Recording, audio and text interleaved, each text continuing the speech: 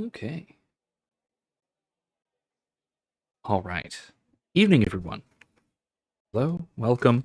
Sorry I'm a few minutes late, but we should be all set. All right. There we go. Hi, everyone. Welcome back to Dragon Age Inquisition. Here we are in the absolutely gorgeous Winter Palace of Halamshiral in the Empire of Orlais, trying to save the Empress from an evil assassination attempt by someone dark and mysterious. It's been suggested last we checked that from some of our advisors, Liliana, that we just kind of let it happen. We're not going to do that. The alternatives are the warmonger Gaspard and the elf supremacist Briala. Elf supremacist isn't quite the word. She's not exactly an elf supremacist, but she is. I don't know, the best way I would have to describe it is an elf critical theorist, which is kind of worse. So yeah, no. We are absolutely taking Empress Celine's side here, and the hopes that she will then take our side as the Inquisition. All right, so either way, hi Kevin. Lenten greetings as well. Oh no, everything is freezing. Everything, it seems. Game and stream. Uh-oh. There we go. That's mostly better, I think. As I mentioned last week, I already did turn down the settings kind of substantially. I didn't expect this to continue happening, especially if we're not anywhere anything even remotely like combat. We're in a ballroom. I don't know. Anyway, Lenten greetings as well. I played this last week with an eye towards Mardi Gras, given all the grandiose debauchery, as well as of course the masquerade element of it. If you look at everyone wearing masks except for us, except for very specifically our little party, the Inquisition folks.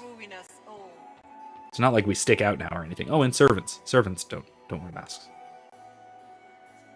Which is it my imagination, or are there more Inquisition honor guards now than there were before? You're seeing things. That's nothing. Don't worry about it. We're just infiltrating the palace and everything. It's no big deal. But I mean, honestly, this is quite ironic that, gosh, it's a weird kind of. Anywhere else, in any other cultural setting, context, what we see here would be an inversion festival. But I think we have this weird situation, in a way parallel to our own situation, where Orlais is already upside down. Let's see if Josephine has anything else to say here. Hello? Anything? Which power should the Inquisition throw its weight behind? Celine has held the throne successfully for years. I see no profit in ousting her. Gaspard has run military campaigns, but never a kingdom. His transition would be, let us say, chaotic. Okay, I believe that. I buy it completely. I'll see you later. Honestly, my position, almost exactly. It's been too long since But I have to say that, let's not talk to him yet. Yeah, let's just head on over to, let's take the long way, but let's head over to the Royal Wing, like we're supposed to.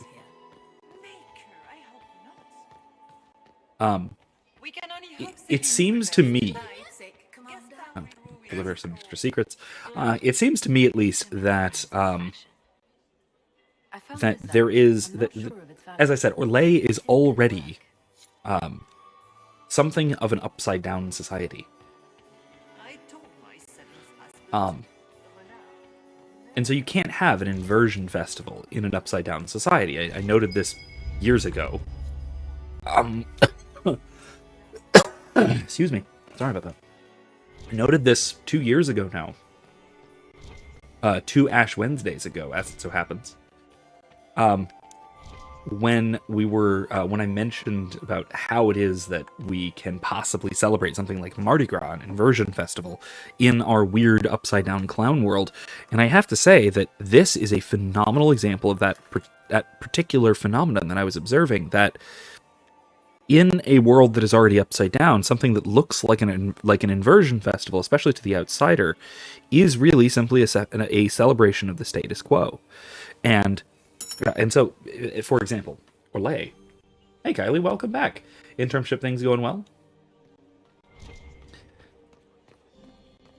I hope I'm not overly much a distraction from real work that you must have, but I also hope that it's interesting and entertaining and all of those things.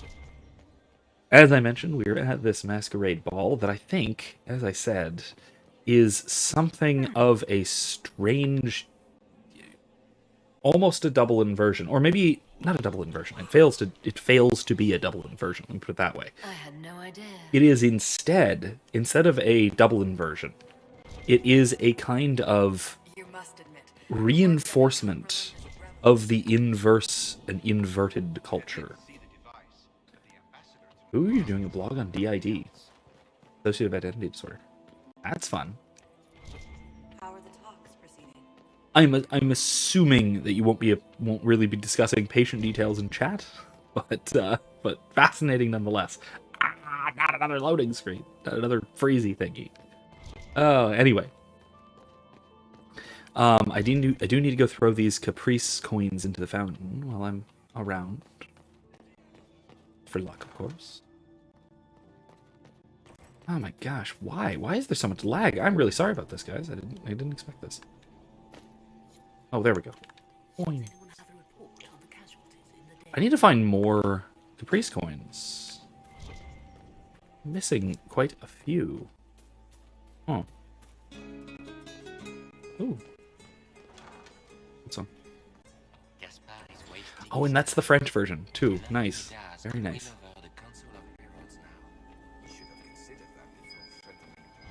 Poor Gaspar, allied with that oafish Marcher woman. Oh, It's jeez. very hard. Perhaps Andraste will send him a better ally. I stepped on a table and I got knocked the heck out. I'm guessing it's because it was oafish and free much like. You know what I mean? Another caprice. Jeez, there's a bunch of stuff here that I missed. Anyway, I think that, like I was saying, I do think that it's very much a love letter. Ooh, that's nice. It's very much an interesting fountain pool. The statue is submerged rather than erected. Yeah, I think that's cool. Well, that's I'll go back and talk about some of the symbolism I think might be present there in a bit. I'd have to speculate a bit, but I can. I'm happy to speculate. In any case, Is it my imagination? the civilization or the culture of Orlais is, as I said, already kind of inverted in a lot of really significant sorts of ways. Because there is already this intense culture of masking, so to speak. I mean this both literally and figuratively. We talked to some people about, I think it was Liliana who talked to us about the wearing of masks as a cultural thing in Orlais, and it is specifically as an acknowledgement of that very traditional idea that the mask presents a different face than your ordinary real face. And by presenting a face other than your own, part of what that winds up doing is it puts a social barrier between who you are and what you do. But it also, in our more ordinary, non-current year context, it remains a kind of still an anonymization, but also a way of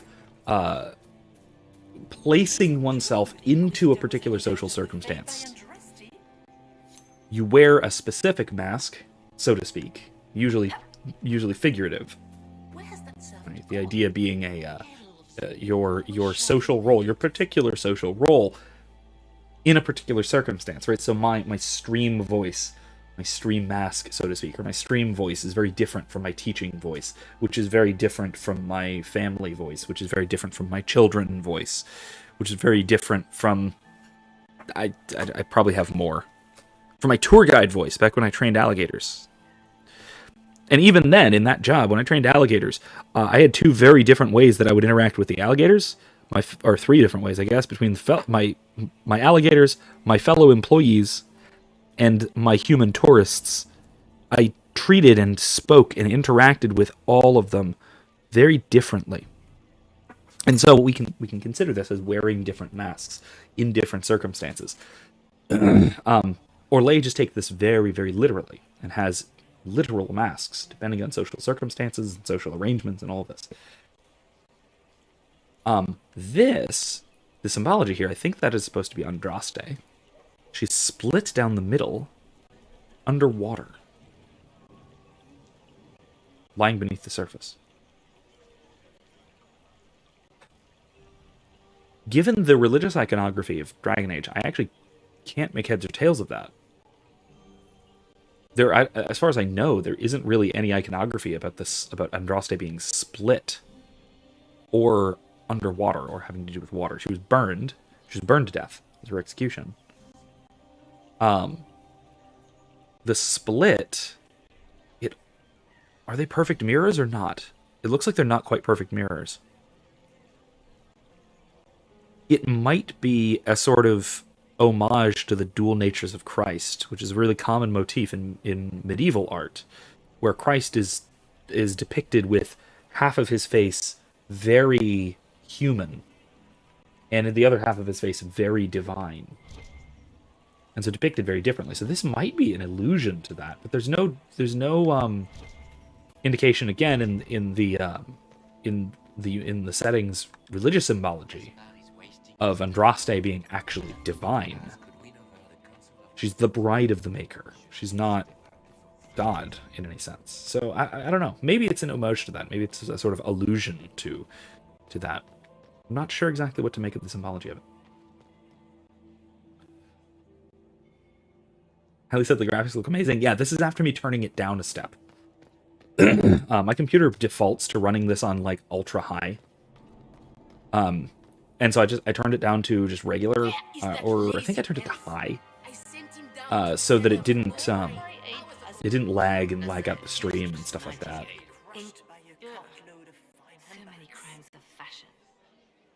But yeah, it is.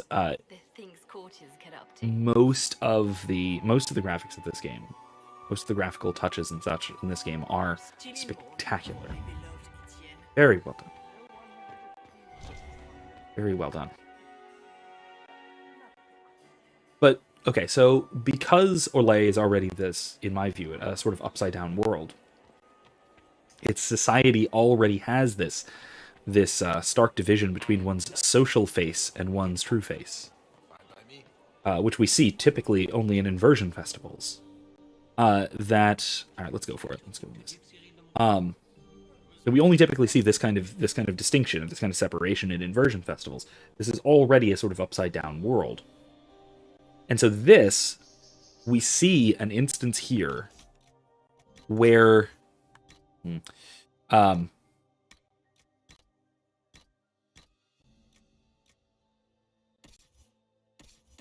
everyone else is already equipped. That's fine. So I just need to equip my hat,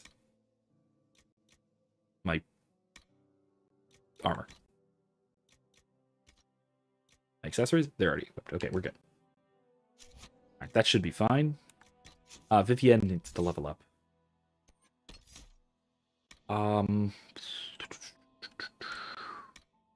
Slow? No, I like her having some fire magic. Some more fire magic.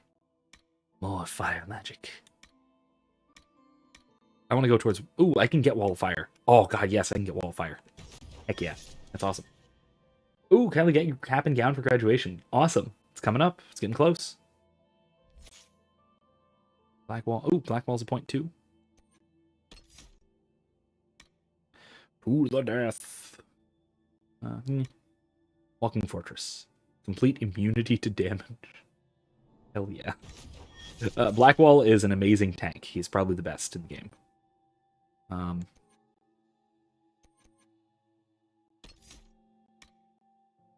Yeah. Okay. All right. So we have left the party. So our reputation is going, our court approval is going to gradually decline as we're wandering off somewhere, wherever we are. In the Royal Wing, where we definitely should not be wandering. But you'll notice again that, ooh, I need more. I need this, which means I need more. Uh-oh. More statues.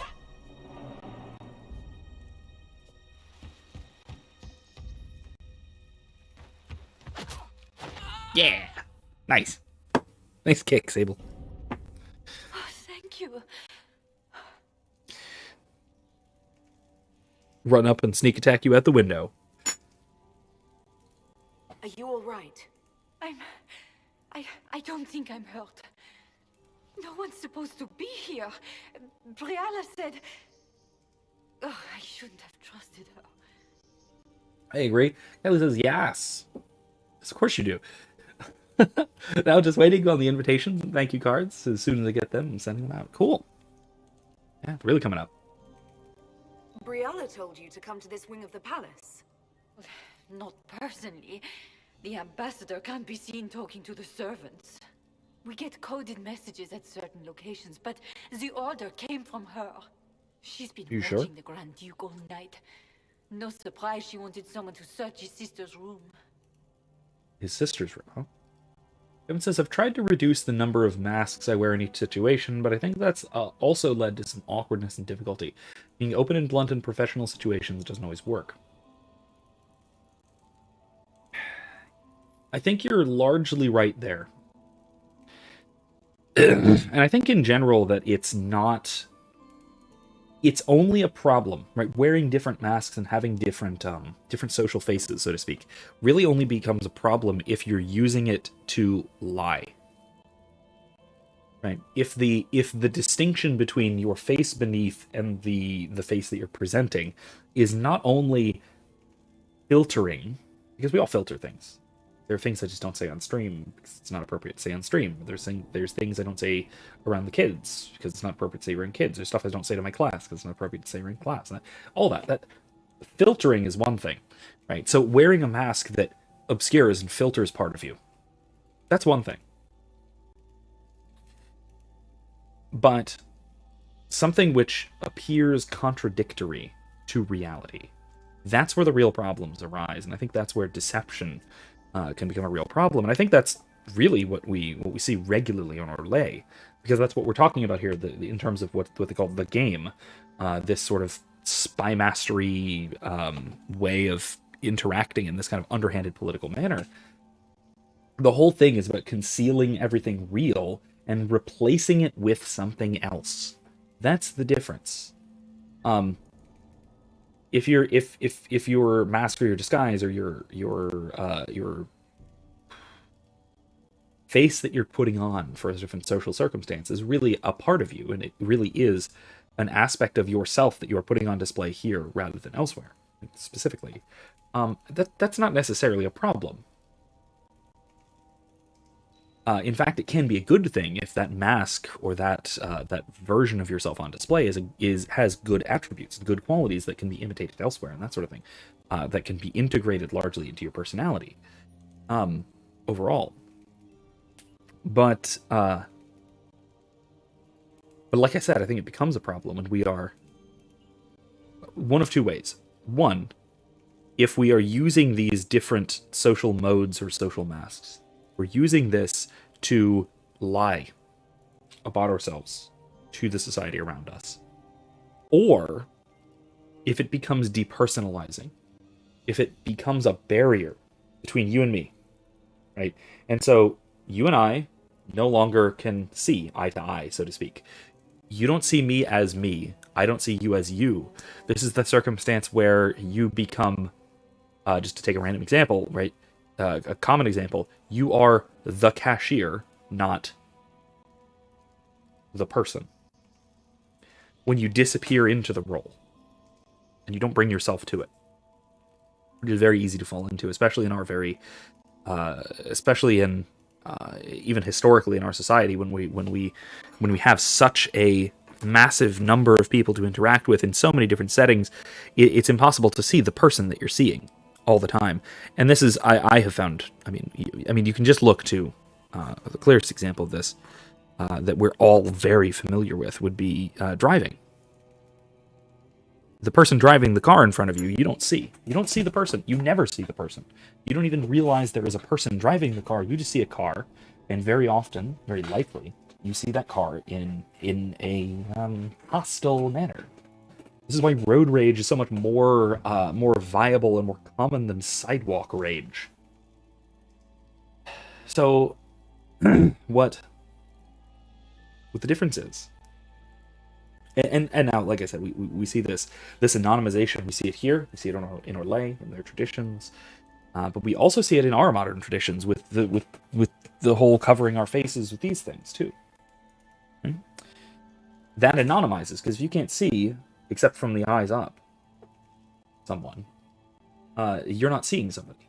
You are putting this social barrier between you and somebody else that is hard or maybe even impossible to see through, and so it becomes difficult to see the real person. And if it's difficult to see the real person, you can't individuate each other. You can't individuate yourself to them. You can't individuate them to your mind and your mind's eye. And so it's very, very easy to dehumanize people and treat people as if they are numbers, replaceable, interchangeable, anonymous. And I see, you can see this as a developing social problem as we speak. Excuse me. Kylie said that she's waiting to get my my sashes and things, as well as the sash with Florida, Puerto Rico, to rep my home state, second family boyfriend. And yes, it was the Nerf thing today. I got shot 3 times by students. 4, but one of them missed. That was fun. If you didn't see it, if you're,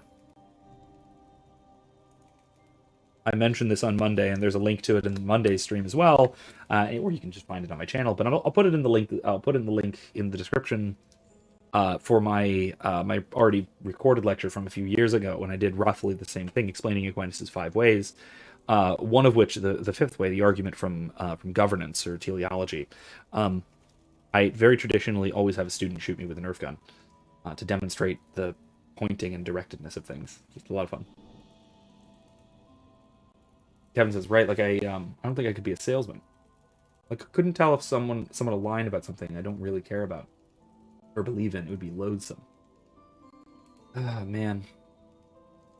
You know what's really loathsome? Chex Mix. By contrast, have you heard of Gardetto's? Gardetto's is a wonderful alternative to that terrible, awful, flavorless Chex Mix. I'm kidding. I'm not sponsored by Gardetto's as much as I'd like to be. But I can do the ad read. Gardetto's, call me. Please. I love you very much. As much as I've ever loved a company. Which isn't a lot, but an amount. Anyway.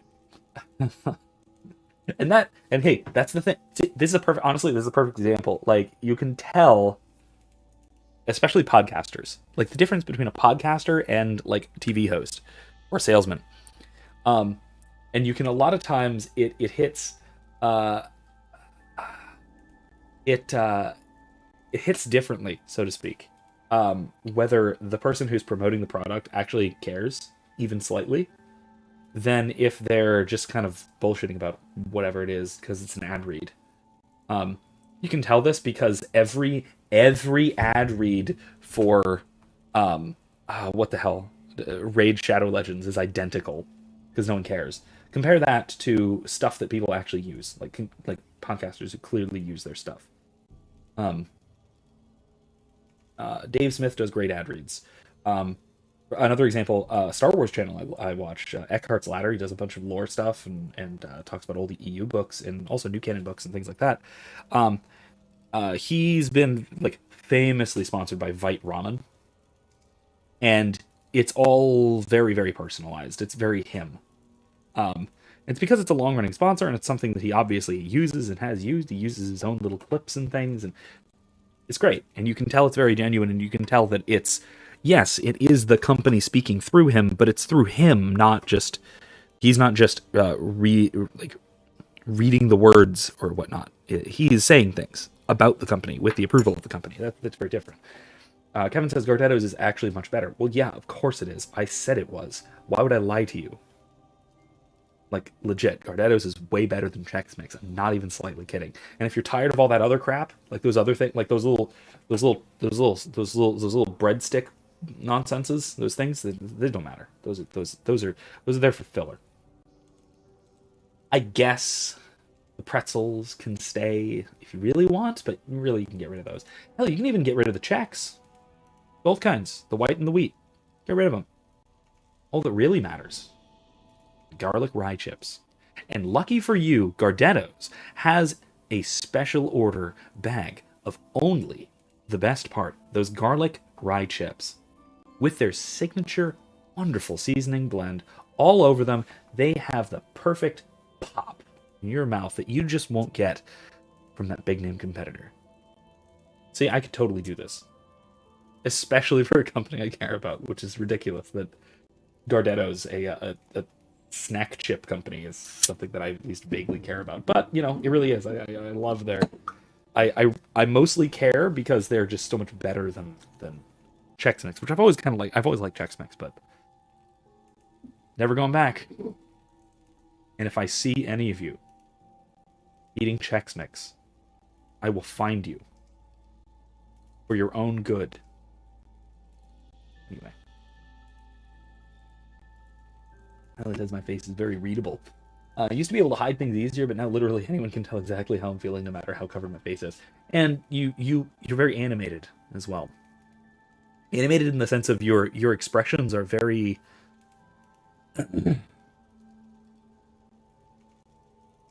I don't know, they're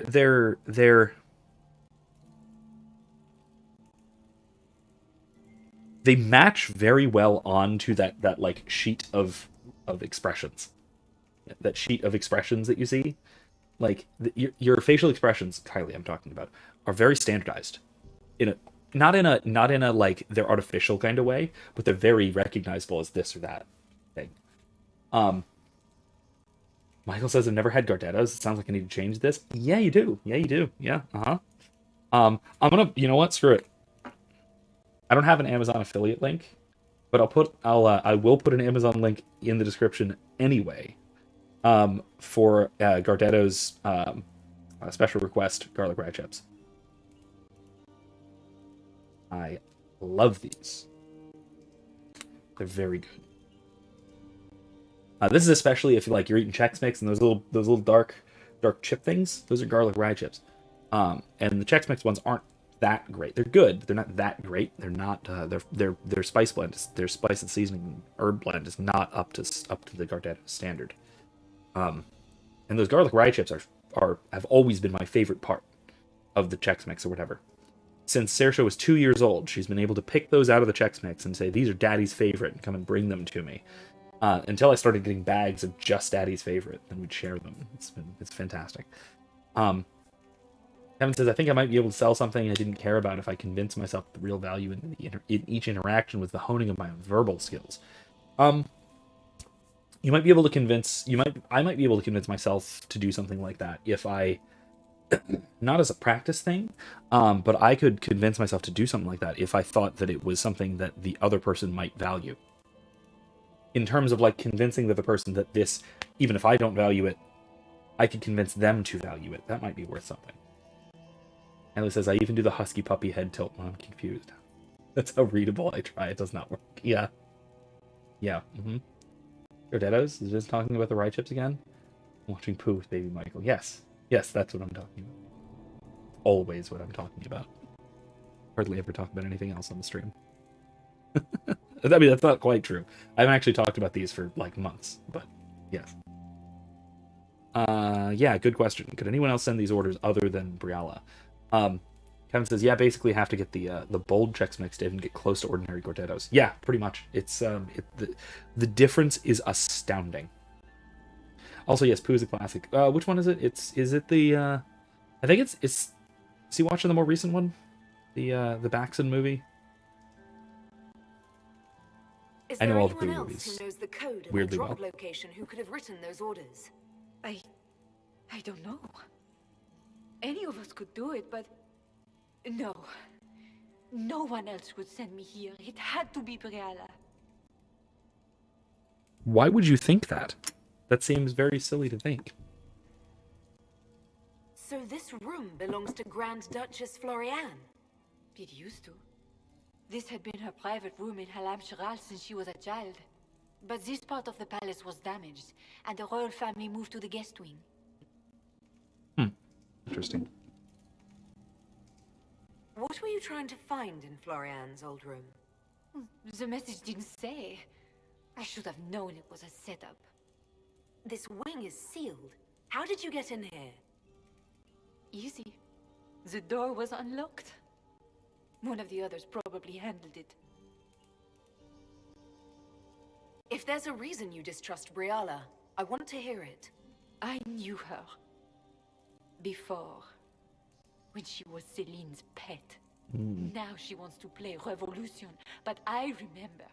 She was sleeping with the Empress who purged our alienage. Oof.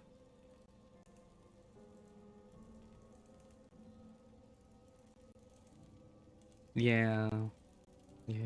Would you be willing to testify to that, if I asked? Absolutely.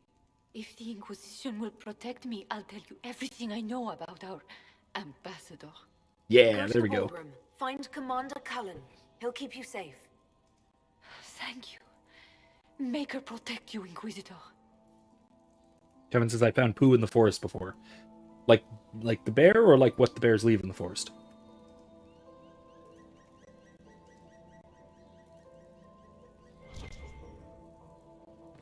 I need one of those. I have 7. I think that's enough to open that door. Well, that's nice. Man, I like that. Not that. The open window over a chasm. That's not so great. Can I go out there? No. But I love this. The tall-backed chair, big armchair before the fireplace and such. That's nice. That's very nice.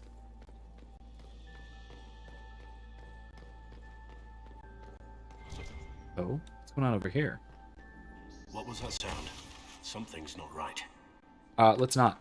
Let's go back in here, because I have another thing I need to do first. Ah, yes. Yes, Erica, this is a poop joke. Yep, there it is. It's a poop joke. Ding. Oh, Mafarath. A little odd to have a massive statue of Mafarath, the bride of the Maker's traitorous husband, in your bedroom. Oh, avert your eyes, everyone.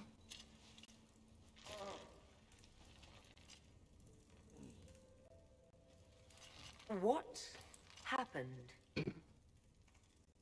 It's not what it looks like.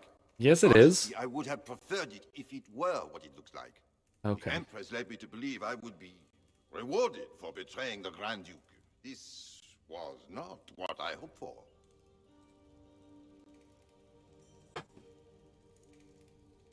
I can imagine what you thought your reward would be. Please, I beg you, don't tell Gaspard. The Empress beguiled me into giving her information about plans for troop movements in the palace tonight. She knows everything. Everything.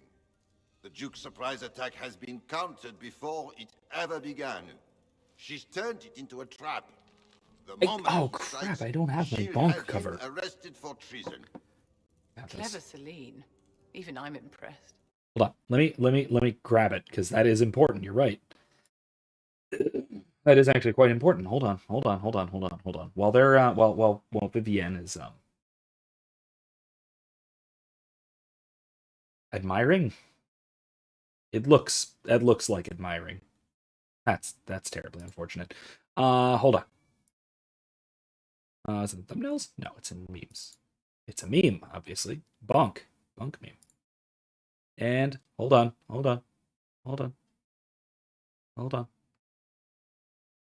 What? Bonk.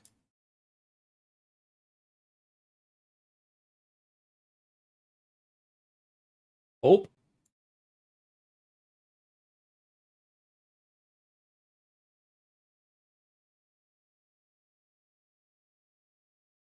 There we go.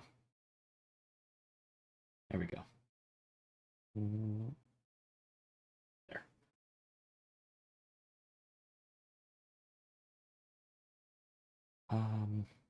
Hold on.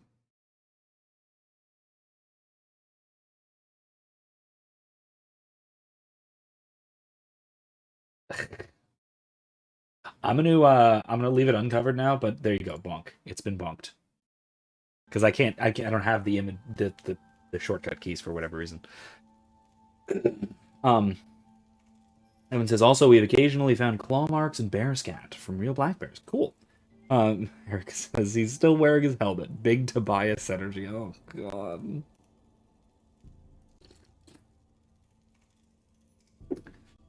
Oh, God. I don't want blackmail on Celine. Leave him to whatever fate? No, that's mean. Bonk me. I'm gonna have to start saying bonky things now. No, I don't have the shortcut key for it. Do I actually have to go and make the shortcut key? Are you people gonna make me do this?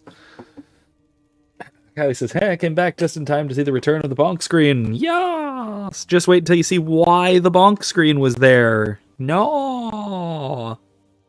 Nos? Nos? Is that the opposite of yes? Narp? Yeah, I don't know.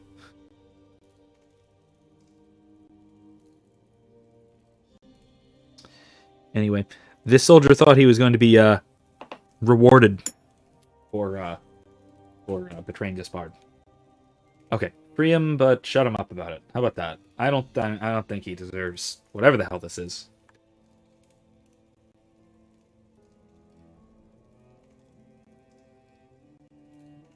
Don't breathe a word about this. I can promise that. I have no intention of dying, Inquisitor. If Gaspard didn't kill me for this, Celine would. God damn it, Kevin. Kevin asks, is the taint still a thing? Yes, the taint is still a thing. It's not as relevant in this game as in the first one, but yes, it is still a thing. I thought my map was blinking. Alright. Well, that wasn't the one I wanted. I didn't want blackmail on Celine. I wanted blackmail. I have blackmail on Briala. I need blackmail on Gaspard.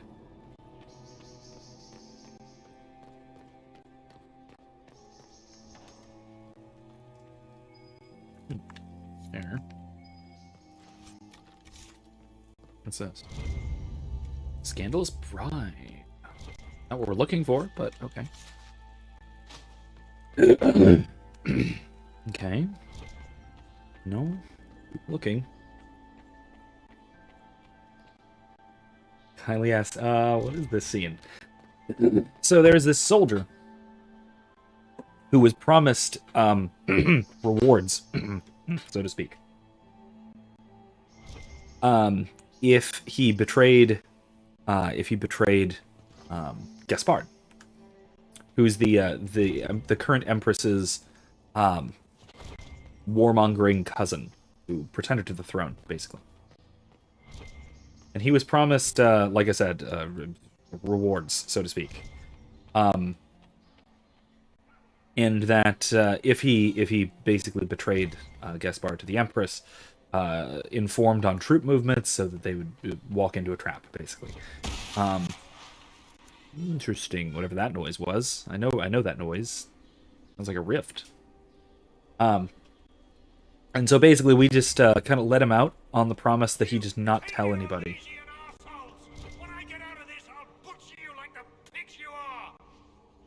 I'll come back to that. No, I'll come back to this. I think this is... I have to come back to all of this. No, I just can't go out there. There's the way through. This is something, but it's not yet. Oh, no, this was it. Okay, crap. Inquisitor, what a pleasure. I wasn't certain you'd attend. You're such a challenge to read. I had no idea if you'd taken my bait. Great.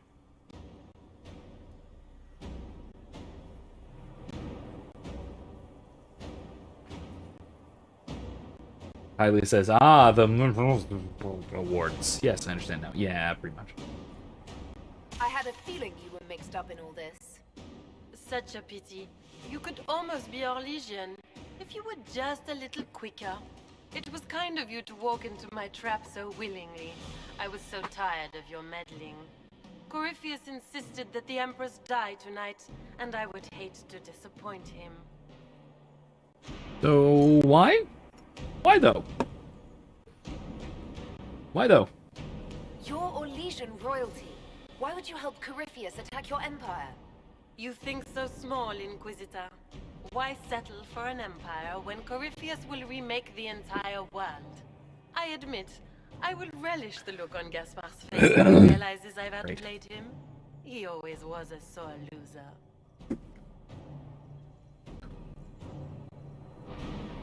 Why kill the Empress? What does Corypheus want to achieve? Celine's death is a stepping stone on the path to a better world.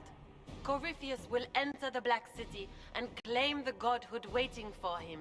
Didn't you try this before? Cast down your useless maker and usher in a united world, guided by the hand of an attentive god. What exactly is in this for you? The world, of course. I'll deliver the entire south of Thedas, and Corypheus will save me. When he has ascended to godhood, I will rule all Thedas in his name.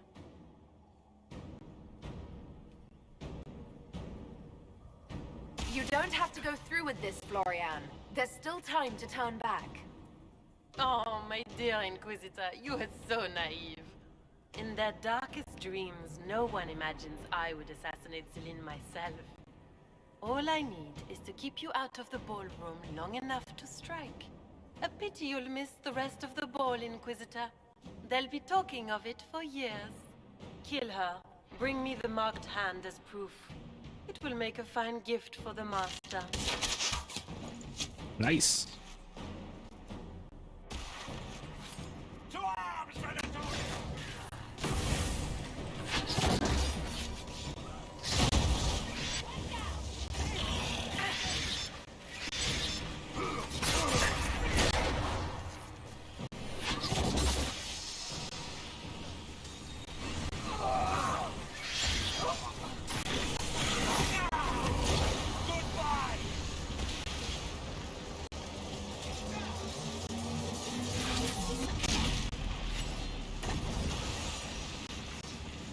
Okay. Are there more? Oh, there is. Yeah. Okay. There we go. All right, there's more. More coming.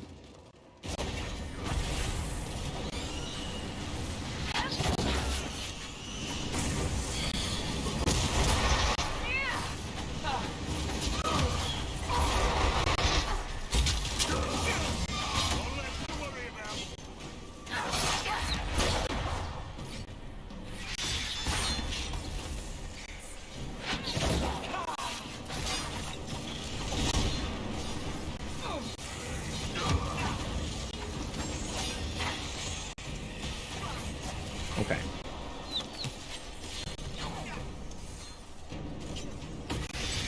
Oh, come on, really? Kevin says, I hope we get to see the demise of the lady with the hair. Oh yes, don't worry.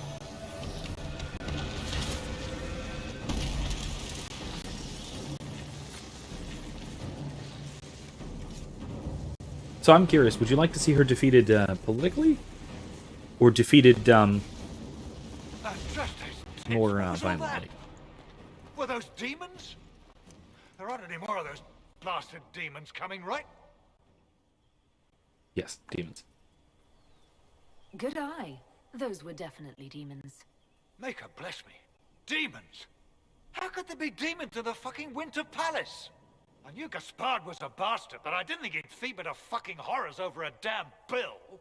What? Duke Gaspard lured you out here. Well, his sister. But it had to come from him, didn't it?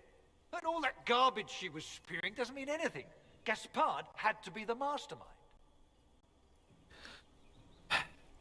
What? No. Why would you think Your that? accent sounds Ferelden. I thought you were one of Gaspard's mercenaries. Born and raised in Denerim. Seems like I should have stayed there. The Duke wanted to move on the palace tonight, but he didn't Stabby have gun? enough I'll keep that in mind. fancy chevaliers. So he hired me and my men. He had to offer us triple our usual pay to come to Orlais. Stinking punsy cheesemongers. Understandable. Want a new job? One that pays better. The Inquisition can always use a good mercenary company. You hiring?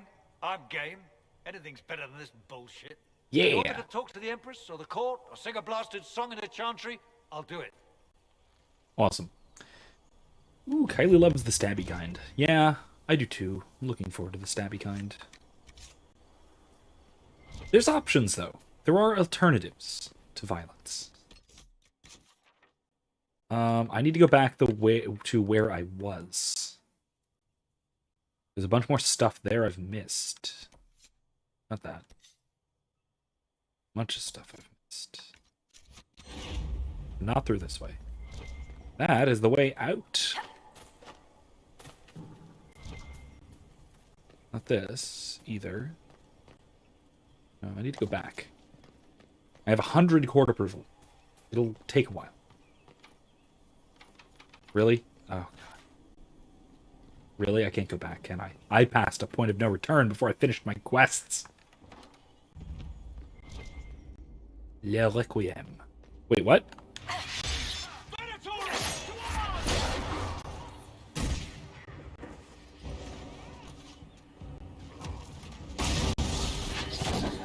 Oh, come on.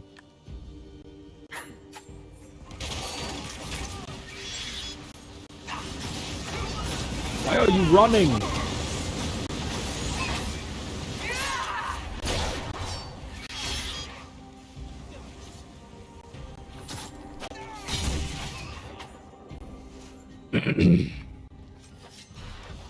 Yeah, you're right. Politics means nothing if you're dead, but to these people, I don't know.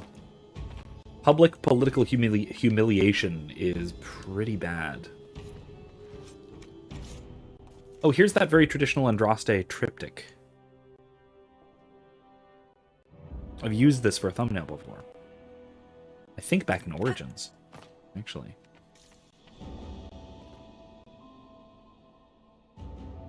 Andraste raining down, or shining down upon the Venatori magisters who burnt her alive, that sort of thing. Cool, very cool. I love the iconography, I do, really do. No, let's not go down yet. Kevin says, I take that back. Before you can off your political enemy, you have to get the consent of society. That's true. I mean, in general, that's true. That's it. I mean, I'm gonna have to talk about this a little bit obliquely, outside of academic publication. This is the kind of thing that where if I were to write it out publicly in an academic manner, I wouldn't really fear any kind of misinterpretation or someone thinking I'm a terrorist kind of thing. But I think that under certain circumstances, that contra current political conventions, I think that there are some circumstances where, like I said, political assassination is the most effective and the most just tool of warfare. Again, all of the other standards of just war would apply, but I think that it would be reasonable and justified to consider political leaders as enemy combatants in cases like that. In cases where they do have unilateral command authority, and where they where killing a politician would lead to an end of the war of aggression, whatever the war of aggression is. If killing if the political assassination of a leader would lead to an end of that, then I think doing so would, under certain circumstances, again, this might only apply if there is if this is a viable option, and this would definitely end hostilities. But I think that under some circumstances that is the kind of thing that would be perfectly morally acceptable. Now, under current sort of international law, broadly speaking, there are all sorts of treaties and conventions against doing this, and that's primarily because, ooh, he's spoopy. I am fairly confident. I can fairly confidently say that is primarily because most modern armies, almost exclusively modern armies, are led or commanded by politicians. And so political leaders don't endorse political assassinations of their enemies, because then their enemies would endorse political assassinations of them, and they want to keep themselves safe at all costs. Even if it costs defeat of their country, it will keep them alive. So. Ah, geez. There's 2 doors. I forgot to look this up. I've gotta, because there's 4... I only have 2 anyway. I need to find my way into one of the 2 locked rooms. So I need 2 more Hala statues. Or 3 more, I guess. I need to find them around somewhere. Appropriate enemies. What do you mean? Yeah, like I said, I do think that it is, again, under certain circumstances, especially when it would be successful and would successfully end a war, that political assassination can be, again, contra current social and international legal conventions, it can be a perfectly just, no, not going there yet, just application of force in warfare. It's just, again, politicians won't risk such things. They won't command, like I said, they won't command a political assassination, because that would mean that they open themselves up to equivalent retaliation, and that's not something politicians like doing. Politicians will do anything not to put themselves at risk, basically.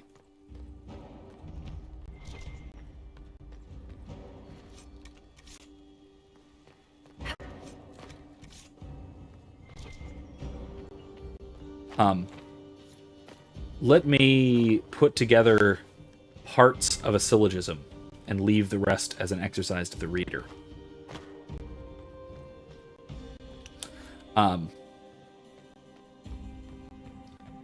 If we knew with reasonable certainty, not reasonable certainty, moral certainty, that's important. Let's not even say we. That's a little too. That's too pointed. If one knew with moral certainty that one could successfully assassinate a political leader, who, for example, presents a legitimate and practical threat of total nuclear war,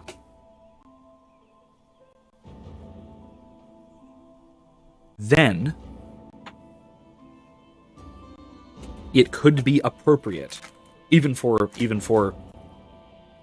Well, it could be appropriate to target a politician like that for political assassination. I'll leave the minor premise to the reader, as well as the conclusion. I will leave to the reader. Or you, just in general. Because again, this is the sort of thing that can be very easily misconstrued as like endorsement of war crimes, murder and terrorism and stuff, and that's not what I'm getting at by any means. Yeah, I missed a bunch of stuff in here. I hate these things in a lot of games to completely change lanes. I hate these things in a lot of games where it doesn't inform you where there's a point of no return, but there's a bunch of stuff to go around and do before you just randomly stumble across the point of no return. And unless you already know exactly what you're doing in advance, you're going to miss a bunch of stuff, and which is what I did here, unfortunately. Evan says, another possibility that modern political leaders don't off each other is that they're all in the same group and only act as opponents for show. I don't know if, especially given that suddenly the literal entire Western world didn't turn against, but is marching in lockstep in opposition to Vladimir Putin right now.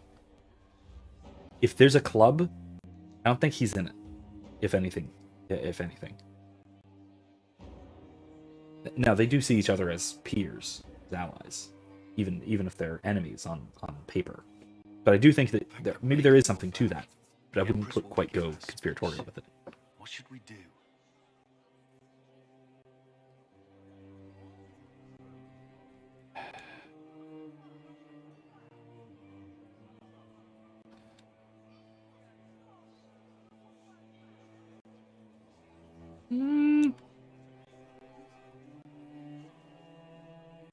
Let's publicly expose it. We have enough court reputation to just talk her out of it, to just sway the court against her. Yeah, let's do it. We could just save Celine and then beat up the Duchess. And then stab her. But I think we get to stab her here too, so let's do this. Wait here, Cullen. I'm going to have a word with the Grand Duchess. What? There's no time. The Empress will begin her speech any moment.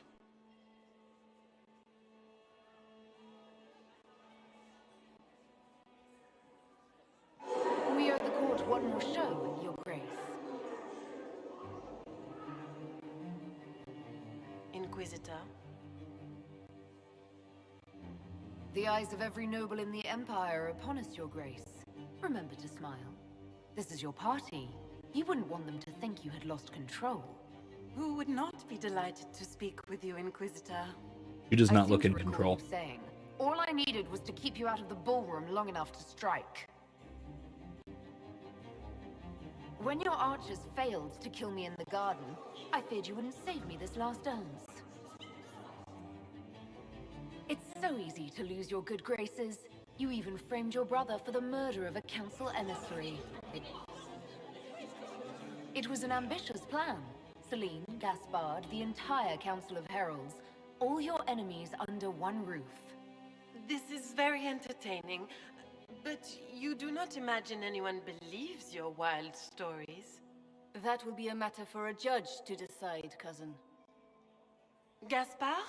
You cannot believe this. You know I would never...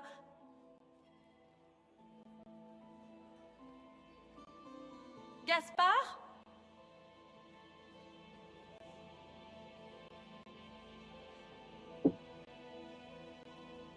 Okay, let's do it. You guys asked for the stabby option. At least this time, justice will be swift.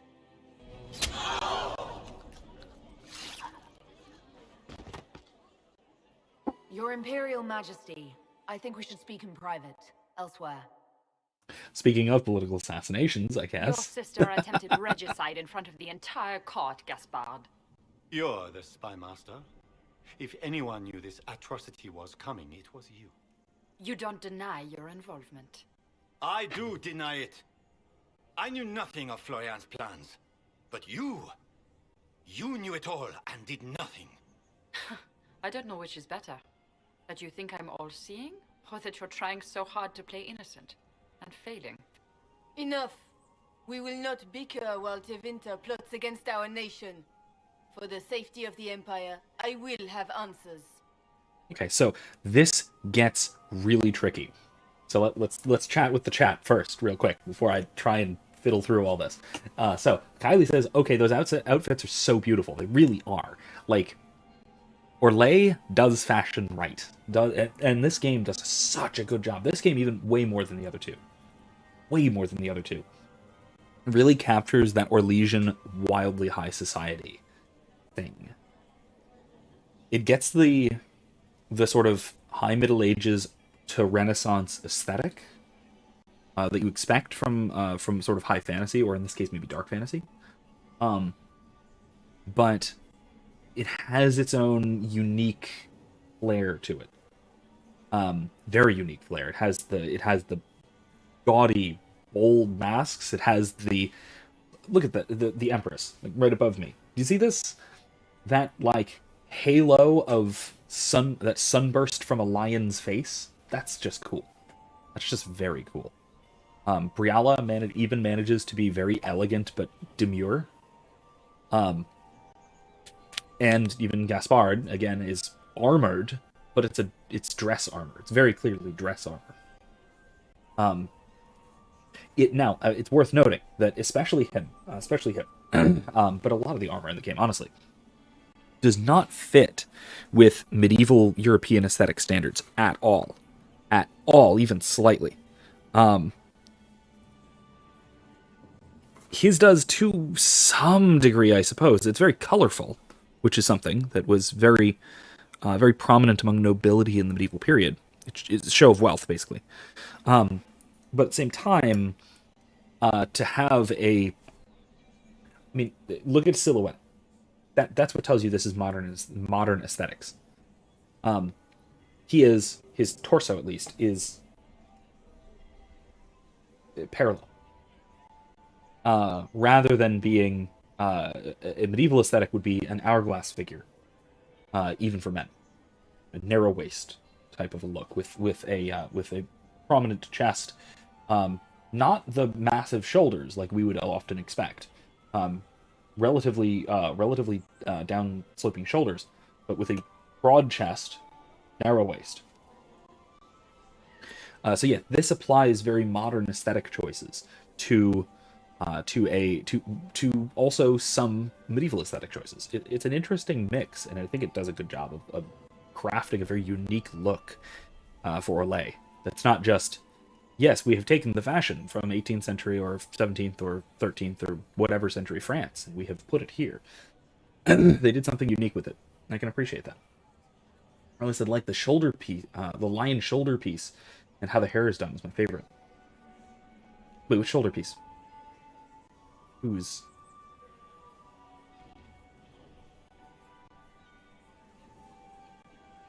the Empress is... Well, Briala, the elf, her hair, that is not hair. That's a hairpiece. That's a cover over her hair. Celine, the Empress, above me here, that's hair. Kevin said that's fair about the conspiracy, the conspiracy of political leaders. Then again, maybe there's an even bigger conspiracy afoot. If you're going to establish a global government, for example, you need an equally significant crisis. That's true, but we've had one for the last 2 years.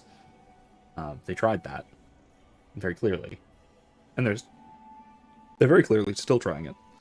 A lot of it's starting to become unmasked, ironically enough. The whole World Economic Forum stuff, the what is it, EGS scores or whatever it is? Is that it? I forget exactly what it's called. Basically things like Klaus Schwab and George Soros, their ilk, infiltrating governments and puppeteering and such. A lot of which we've been seeing, and a lot of which I had been kind of pointing out for quite some time. We see people like Emmanuel Macron of France, Justin Trudeau of Canada in particular, people like that, really marching in lockstep for a lot of sort of international initiatives that are destructive to humanity in general. Ali says, "Oh, the Empress's hair and how it's done." Yeah, it looks first of all, it's very elaborate, but it's also real. I mean, it's not real, obviously, but it's hair that could be done. It's not video game modeled hair that is just absurd. It doesn't outdo the shoulder piece, and it's very aesthetic. You mean the shoulder piece that on the back, the sunburst? Because that the way it's placed, that actually works, I think, very well as a sort of halo. And yeah, I like when games actually put in the effort for aesthetic choices to be possible, which you don't always see. Sometimes you'll just get things that just would not actually stay where they are, whether that's hair or whether that's clothes or whether that's armor or whatever. Like, I mean, honestly, even in this game, you see like the weapon placement. If you're storing your weapon, you're gonna sheath your weapon. You don't put it in a sheath or anything. It just kind of floats there on your back. So you know, not everything's perfect, but the actual fashion itself and the clothing and even a lot of the armors, they do a very good job of balancing fantastical beauty and fantastical coolness in a lot of other cases with practicality, with realism.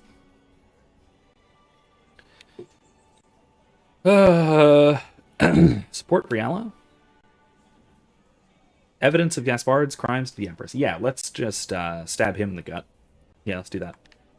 Your captain tells me you spent all night sneaking mercenaries into the palace, Gaspard. You intended to attack. And where did your troops come from, Inquisitor? If sneaking men into the palace is damning, then we are both damned. Okay, sound good.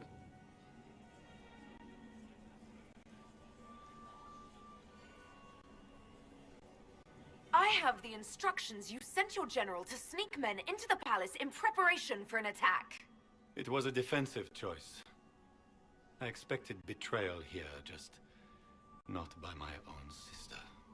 By all means, continue to protest your innocence, Gaspard.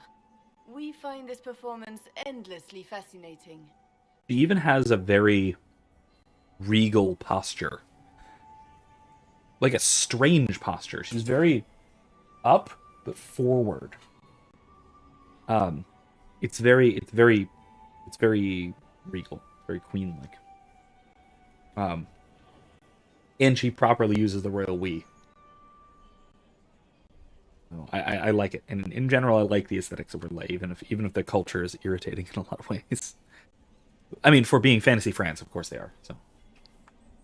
He also murdered a council of heralds emissary. I found the body and his knife in the servants' quarters. I have done no such thing.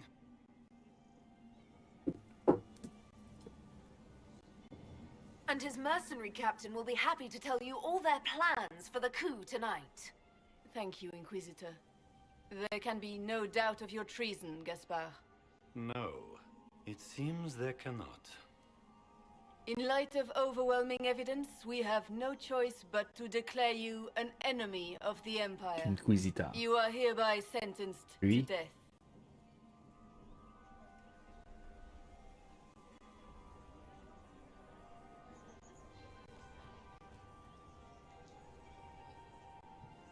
Okay, fine. Next is Briala. Of course, Briala helped him betray Orlais. Don't be absurd. Was it someone else who murdered the Imperial ambassadors in order to draw out the negotiations? You killed negotiators? Even if I did this, you can't touch me. Not without starting riots in every slum and alienage in Orlais. The elves won't protect her once they know about her involvement with you during the purge of Halamshiral. Thank you, Inquisitor, for all your efforts tonight. I owe you my life, and Orlais owes you its future. Nice. I mean, they're both dead. They might both be dead. You have done Cole doesn't like this, but that's fine. Never to be forgotten, my friend.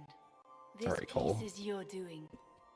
You truly are the instrument of Andraste. Orlais will never forget your part in this. nor will I. Nice. Lords and ladies of the court, the civil war which has plagued us is at an end. The Orlesian Empire is whole again. Those who drove us into war for selfish gain have been dealt with as traitors.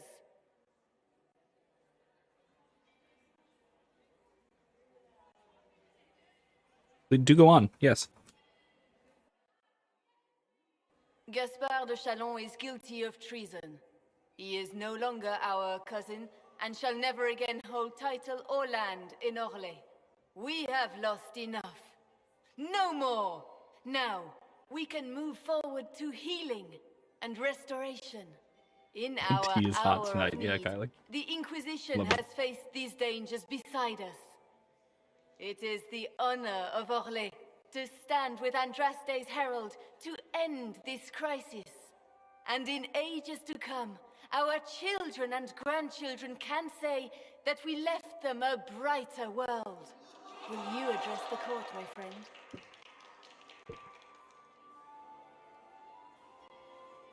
Ending the war was the first step. Our final goal must be peace for all Thedas. You sound a little angry about that. We Mabel. of the court must Chill. use our resources. Chill a little bit. Not every battle is won on the field, but that is tomorrow. Tonight, feast, my friends. Enjoy our victory. There will be many more to come. The hi, Orlesian Morrigan. nobility make drunken toasts to your victory, and yet you are not present to hear them. Do you tire so quickly of their congratulations, Inquisitor? 'Tis most fickle, after all your efforts on their behalf. There's plenty of opportunity for that later. I wanted some air. I had no wish to interrupt your breathing, only to bring news. By imperial decree, I have been named liaison to the Inquisition. Celine wishes to offer you any and all aid, including mine. Congratulations. I had no idea you were interested in joining the Inquisition. The assignment has been given to me, regardless of my personal interest. Celine knows you face an opponent who wields great magical power, which is far more important than her own curiosity. You will require my knowledge if you are to defeat such magic. Regardless, Corypheus is a threat to Orlais and to myself. Thus, I am not opposed to the appointment. What skills do you have that would benefit us? I have knowledge which falls beyond the realm of most mages. I suspect this is also true of Corypheus, thus it behooves you to add to your arcane arsenal, yes? Mundane knowledge will not bring the rift in the sky to a close, after all. When you say knowledge beyond the realm of most mages, do you mean blood magic? I know many obscure, forgotten, and forbidden arts. Some of it you might consider blood magic, yes? Should thought of that frighten you, allow me to offer reassurance. Knowledge alone does no harm. What I possess, I place at your disposal to make use of or ignore as you desire.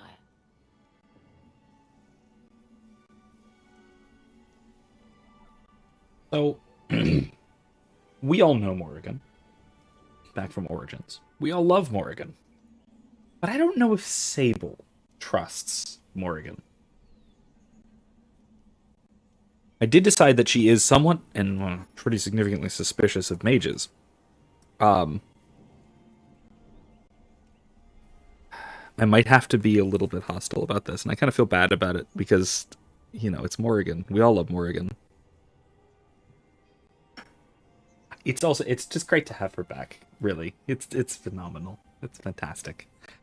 Also, hearing Claudia Black being dramatic like this makes me want to watch the late seasons of SG-1 again. Even though I just did, a few months ago. In preparation for D&D, I might add.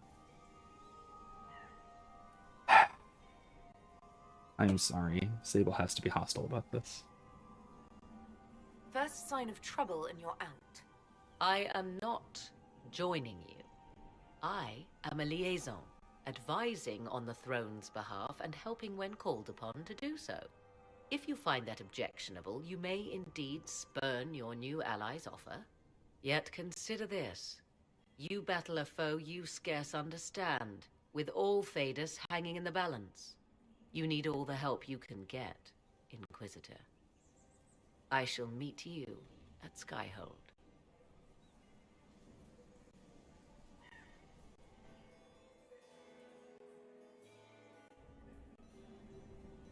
She doesn't trust her either. Is everything all right? You look troubled.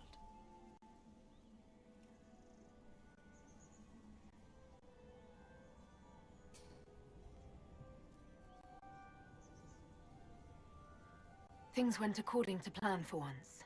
I couldn't be happier. Tonight was a triumph. You should be proud.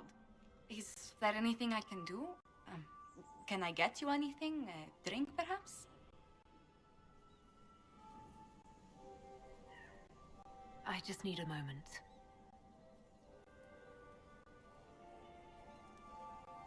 All right, sorry, hon. All right.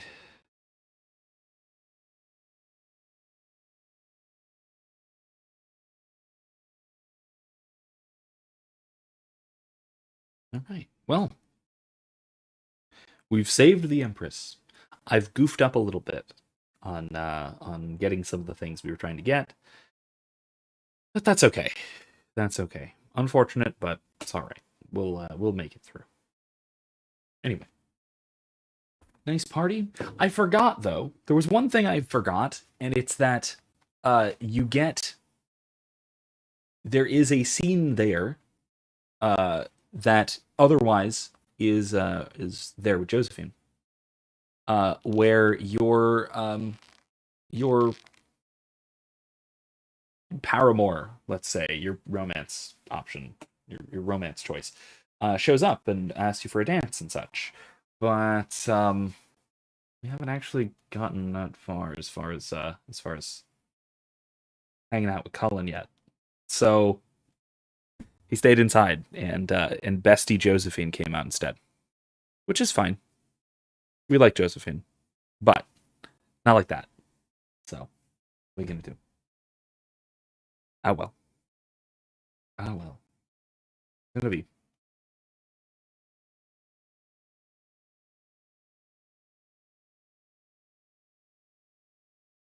On which note, I want to do a few of the collection side questy things for The matter Cullen. is urgent, to move that Lady forward Josephine. tonight. The I rest am of well tonight. aware of that, revered mother. We will need them to return to Val Royeaux as soon as possible. There are ceremonies, ordinations. Make us mercy. That's quite impossible at the moment. However, I will see to this matter as soon as possible. My Lady Inquisitor, please, may I have a word with you? Okay.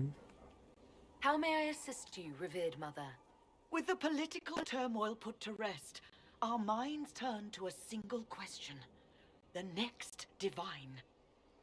We cannot answer it without the left and right hands of Divine Justinia V. I have already told you, revered mother. Lady Leliana and Seeker Cassandra cannot be spared from their duties. But surely with the support of the Empire, the Inquisition will not be harmed by the loss of just 2 souls. Why do you need Liliana and Cassandra? They were Her Holiness's most trusted advisors.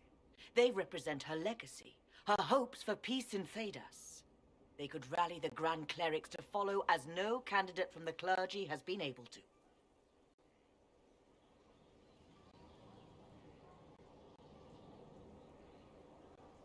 Are the Grand Clerics truly unable to elect a divine?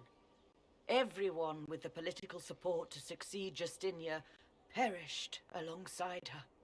Those who remain are unable to gather the majority of votes from the conclave of Grand Clerics. They have been deadlocked for too long. Lady Liliana and Seeker Cassandra were Justinia's most trusted friends and advisors. Our late divine is still held in high esteem. To honor her, the Grand Clerics might support one of them as successor. How long does the Chantry need them? Several months, at least. Ooh. If one of them is crowned divine, she would not be returning to the Inquisition. Liliana and Cassandra would have to make that decision for themselves. And they certainly will, at a later date. The Inquisitor has only just returned and has important business to attend to. You must excuse us, revered mother. Okay. Well, that went okay. Wasn't too bad. Could have gone a lot worse. Don't let them detract from your victory at Halamshiral. The support of the Empire should make our search for the Grey Wardens easier. Varric is eager to help his friend Hawke. I never do this quest first. I always do the other thing first. The Grey Wardens thing. Let's level up. Assassin. Yeah, I should definitely be chasing passives at this point.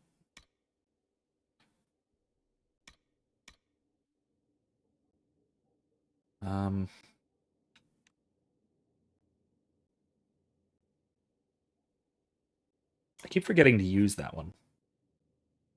Does less damage when it expires, but more if you detonate it early. Lasts even longer, but no longer be manually triggered. How long does it last? 8 seconds.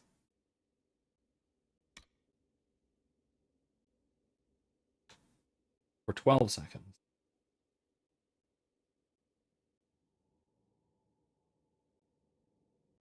More if you detonate it early. I don't know. Nah, I'm gonna wait on that, honestly.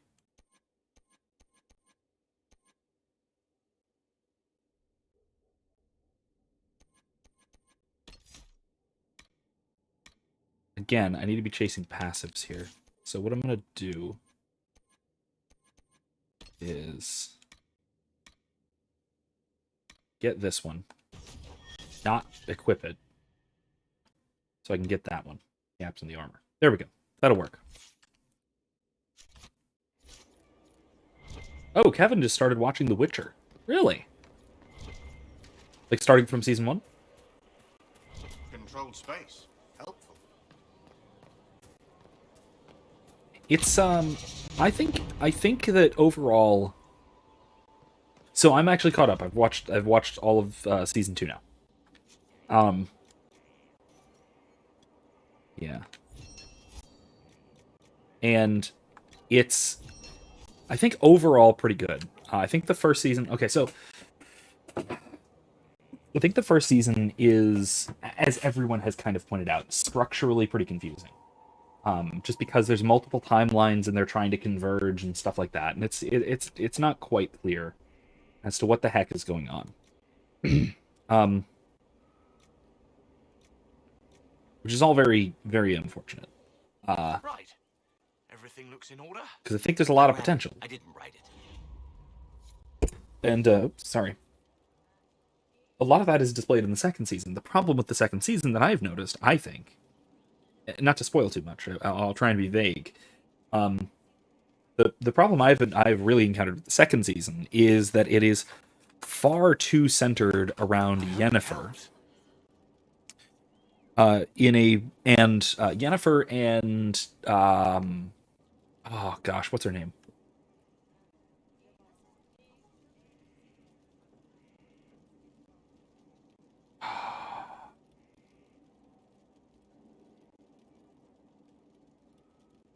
The mage who goes to Nilfgaard.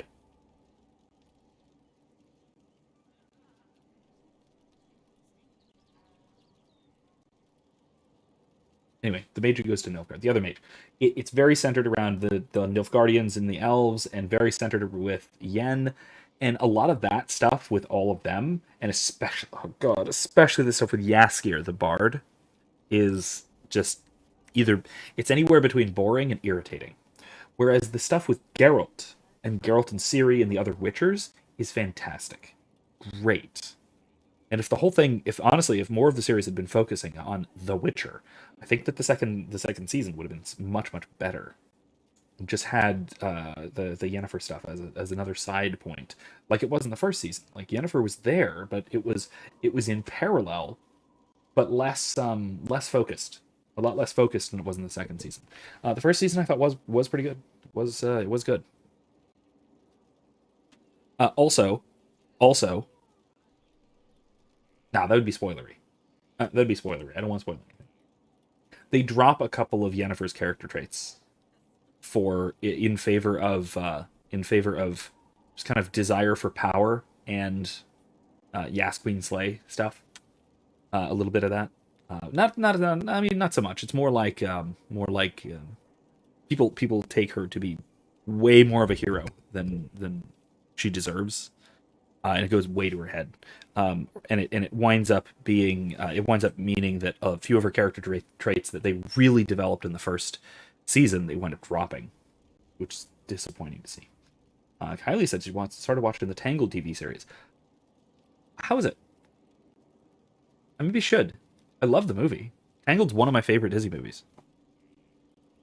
Certainly one of my favorite in the last 10 years or so. In the 2010s. CF Forest. My maker, you cannot imagine how many letters I've received about the fracas at Halamshiral. Fortunately, you've tied twice as many threads as cut, although it is yet bewildering at the center. What does that mean? There are problems coming out of Halamshiral. There are always problems from Halamshiral. We've lost a few contracts, but more than made up for it.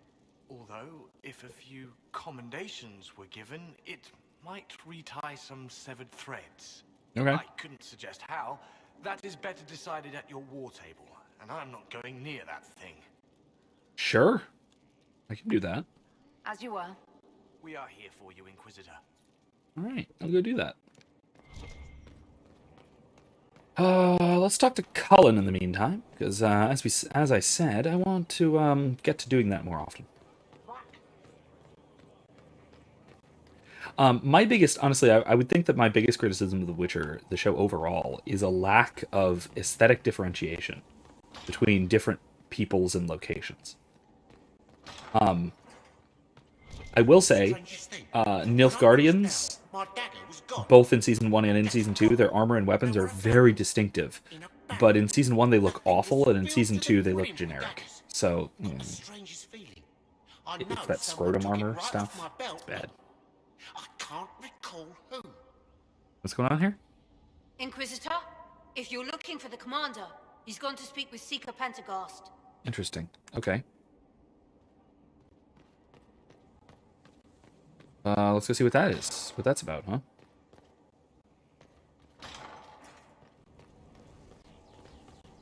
Where?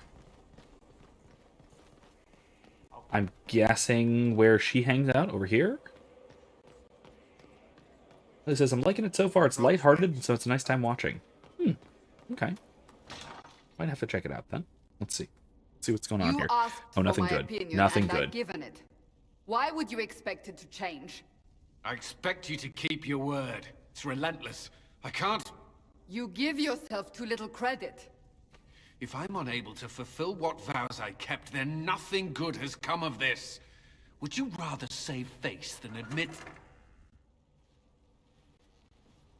We will speak of this later. And people say I'm stubborn. This is ridiculous. Cullen told you that he's no longer taking lyrium? Yes, and I respect his decision. As do I. Not that he's willing to listen. Cullen has asked that I recommend a replacement for him. I refused. It's not necessary. Besides, it would destroy him. He's come so far. Why didn't he come to me? We had an agreement long before you joined us. As a seeker, I could evaluate the dangers.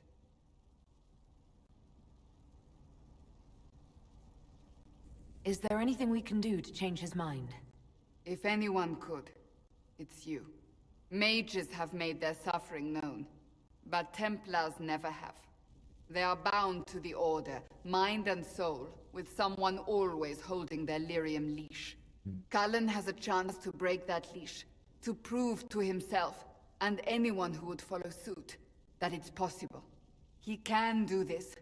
I knew that when we met in Kirkwall. Talk to him. Decide if now is the time. Okay.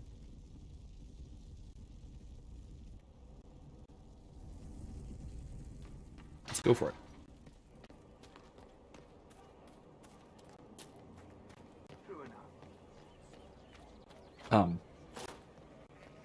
Yeah, well, like I was saying earlier about The Witcher, a lot of the locations are very hard to distinguish from each other, especially just generally in terms of general aesthetics. If you recognize the specific structure of places, like the specific sets and the specific backdrops, then you kind of can remember where you are. But really, the only place that sticks out from the others aesthetically is Kaer Morhen, the Witcher Keep.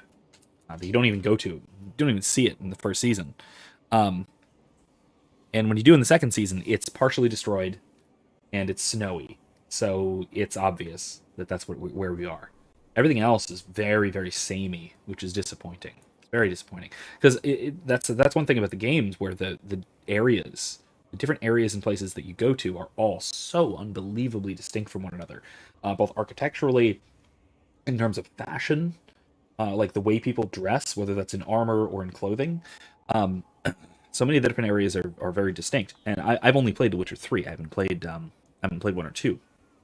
But even in just 3, you have in the base game, without counting the either of the 2 major DLCs, story DLCs, you've got Velen, which is this like swampland, dirt farming peasants and things, and spoopy witches and stuff, which is very different. Which is a very different aesthetic from Novigrad, which is a big city and connected to Oxenfurt, this big academy, this big college, basically. Those two kind of share an aesthetic. They're right near each other, which is all, again, significantly different from Skellige. The basically, think Scottish Isles broadly, which there's a bot, kill it.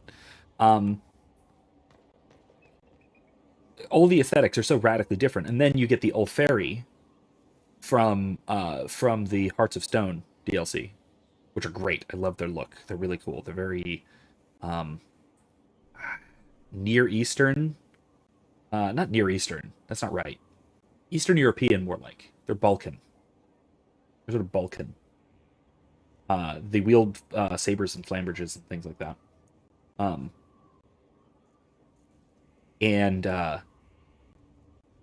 And then you have what's it called? Toussaint.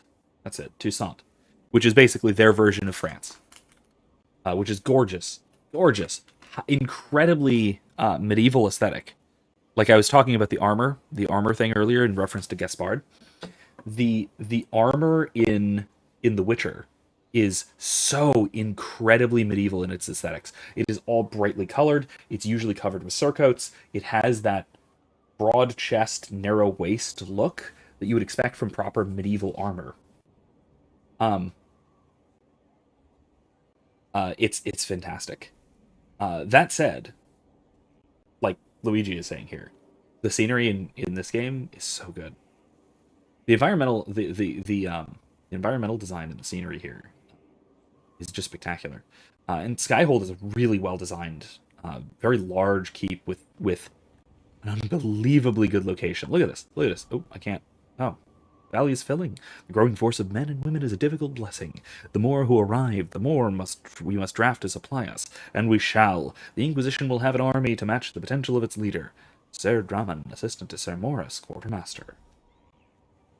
But look at that location. There is a frozen river with a bridge over it across 2 peaks with a completely, almost completely inaccessible fortress keep.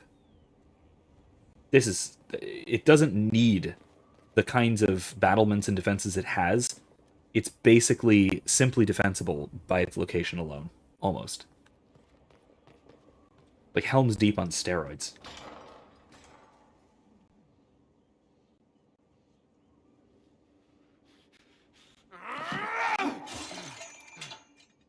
Maker's breath. I didn't hear you enter. Forgive me.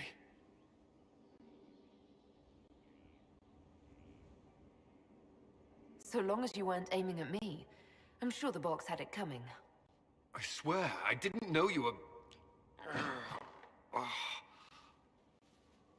I never meant for this to interfere.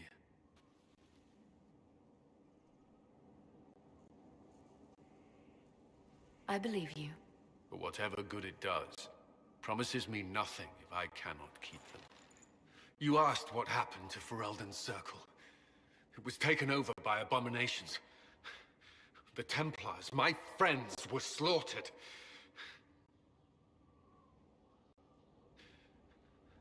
I was tortured. They tried to break my mind, and I... How can you be the same person after that?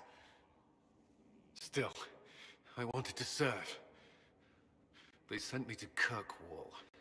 I trusted my Knight Commander, and for what? Her fear of mages ended in madness. Kirkwall's Circle fell. Innocent people died in the streets. Can't you see why I want nothing to do with that life? Of course I can. Don't. You should be questioning what I've done. Why? I thought this would be better. That I would regain some control over my life, but these thoughts won't leave me. How many lives depend on our success? I swore myself to this cause. I will not give less to the Inquisition than I did to Chantry. I should be taking it. I should be taking it.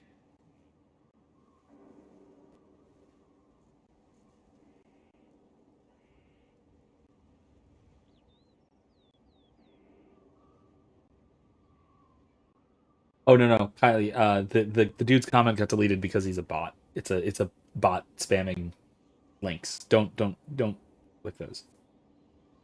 Yeah, don't worry. You missed nothing. This you missed some of. There's some context to this. Cullen here is a former Templar. We encountered him in Dragon Age Origins. He was like he was just mentioning. He was a Templar in the Circle Tower where Dalen, our player character, started. We saw him there. Then we saw him when, as he mentioned, the tower got taken over by abominations. We helped him. We rescued him. Then we encountered him as Hawke quite a bit in Kirkwall, where he was the lieutenant of, or at least a lieutenant of the absolutely crazy Knight Commander Meredith, where he sort of learned his lesson about being afraid of and hateful of mages. And now here he is, and he has decided to walk away from being a Templar to become the commander of the forces of the Inquisition, and that means that he no longer takes lyrium, the magic juice that give Templars their power, but also it's highly addictive, and ultimately it destroys your mind. Basically, a drug. It's a drug that gives you superpowers. And so he's been off of it for this whole game. And he told us about this a short time ago, and now he's dealing with some of the horrifying difficulties and withdrawals. So, yeah. This doesn't have to be about the Inquisition. Is this what you want? No. But these memories have always haunted me. If they become worse, if I cannot endure this...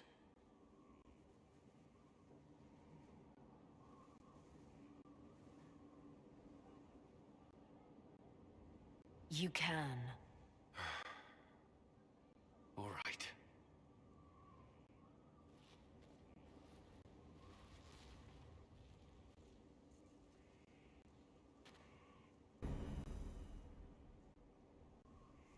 I need a moment. Could we speak another time? Understandable. Yeah. Yeah. Understandable. Absolutely. Actually, speaking of, let's check our quest journal. The Inner Circle, Members of Grey. Action, last one is Venatori, measuring the veil before the dawn. Samson. Yeah, let's go with this. That smuggler letters. Where? The Emerald Graves. Caravan smuggling Red Lyrium in the Emerald Graves would get the Inquisition closer to taking him down. Yeah, let's do that next. Let's go to the war table and start this. Emerald Graves, I think we haven't been there yet. So, new area. I think. Again, I think. I'm trying to remember exactly where we've been. Let's save while we're at it. While we're here. And then let's go do things, shall we? Hey, Solus. Hey, how's it going? How are things? New stuff? New stuff going on? There are spirits hovering by the veil to observe the thrones of powerful nations, the machinations, betrayals. After our time in Halamshiral, I understand why. I had forgotten how I missed court intrigue. You missed court intrigue? When were you at court? Oh, well, never directly, of course. An elven apostate is rarely invited to speak with empresses and kings. But from the Fade, I have watched dynasties form and empires crumble. It is sometimes savage, sometimes noble, and always fascinating. In any event, Celine should now be a steadfast ally, especially after helping her neutralize Briala. I'm watching you, Egg. You're up to something. Every time I ask you about something, you're just like, I don't know. I've never seen it before in my life, really. It's all just a Fade.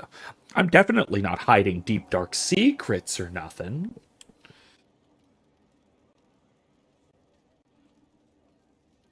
Oh, she walks weird? Yeah.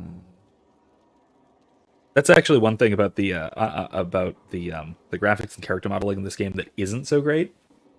That especially the female player character, her posture is terrible, and that leads to all sorts of problems, especially in a conversation. Like right now, it's not so bad, right? This isn't so bad. She's actually standing properly.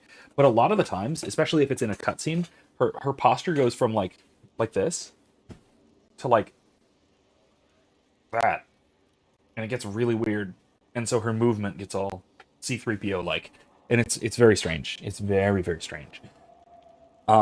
I think part of the reason for this is that this was a new game engine that BioWare, the devs, hadn't used before this game. And they improved it a little bit for Mass Effect Andromeda, but even that one that came out a couple of years later is notorious for having weird, awkward, inhuman-looking character models.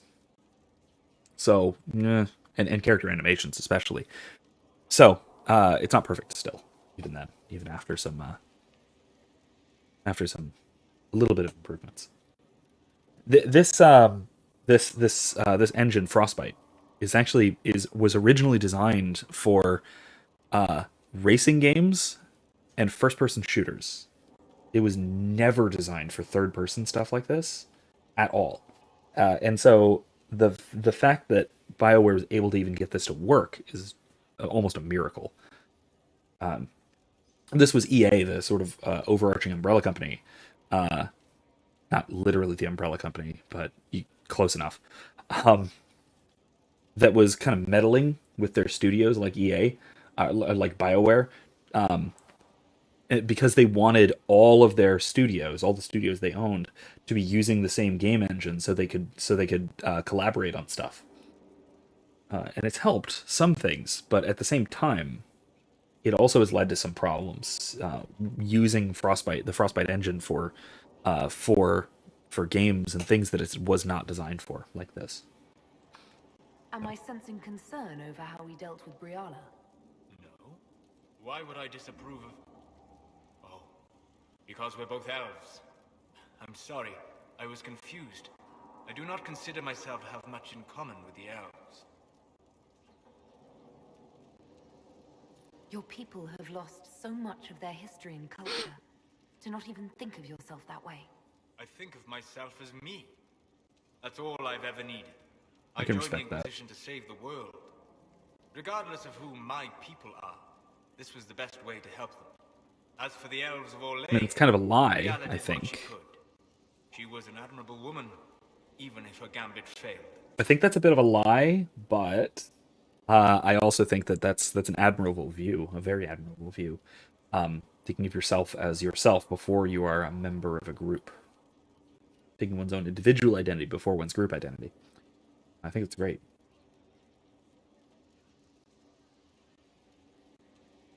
Yes, Kylie, that was that's. I mean, technically, it was my impression of Egg over here trying to keep a secret, but it's same thing, same thing. Oh yeah, that Kevin says it's truly magical is that fire in the background, not burning the wooden structure. It's on a sconce. It's a little ways away from. No, never mind. It's definitely directly under the top pieces. If that doesn't catch on fire, that should be perfectly black by now. Anyway. Briala had a perfect plan if you wanted everyone to kill each other. I'm trying to avoid that. She could have focused on actual threats. Easy to say. Harder to remember when few people can see you, instead of just seeing a pair of pointed ears. Okay. All right.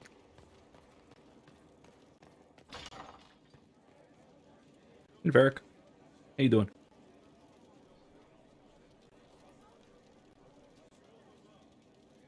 Mr. Narrator Man. I have a few words with my publisher. The first one will be you, and the second one will be bastard. What? You've claimed for years my crime serials don't sell in Orlais. So why is the Council of Heralds asking me for autographs? Sorry, distracted. Oh. Anyway, you need something? Okay. See, I thought,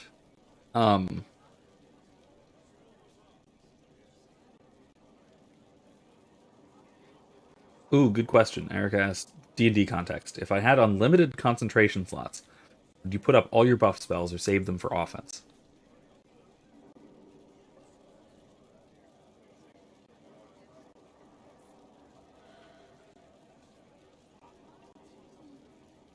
So it depends on the context.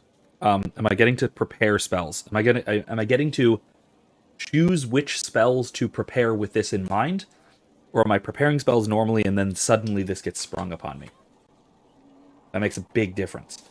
Because usually I will only prepare a few concentration spells. And they are typically... they're typically...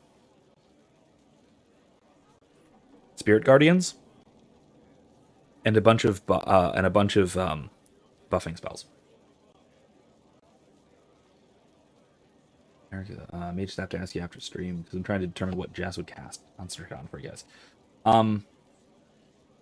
I would think if you could do a bunch of them, buff spells plus Spirit Guardians, probably. Especially because she's probably going to try and be in melee, at least the best she can.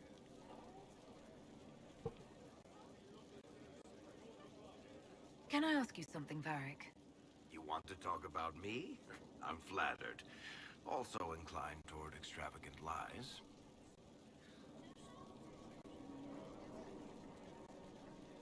I'm not clear on your line of work. You're a merchant? I'm a businessman. My family has a seat in the Dwarven Merchants Guild. Merchants buy and sell goods. Businessmen buy and sell stores. In my spare time, I manage a spy network, and occasionally, I write books. I love it. I love it. What sort of shops do you own? Actually, we don't own shops. That was just an example. Mostly we invest in moneylenders. Auction houses, a few mercenary companies, a couple of smithies. I think we own half a beet plantation in Ravine somewhere. Most of that's my brother's doing. Bartrand had business sense.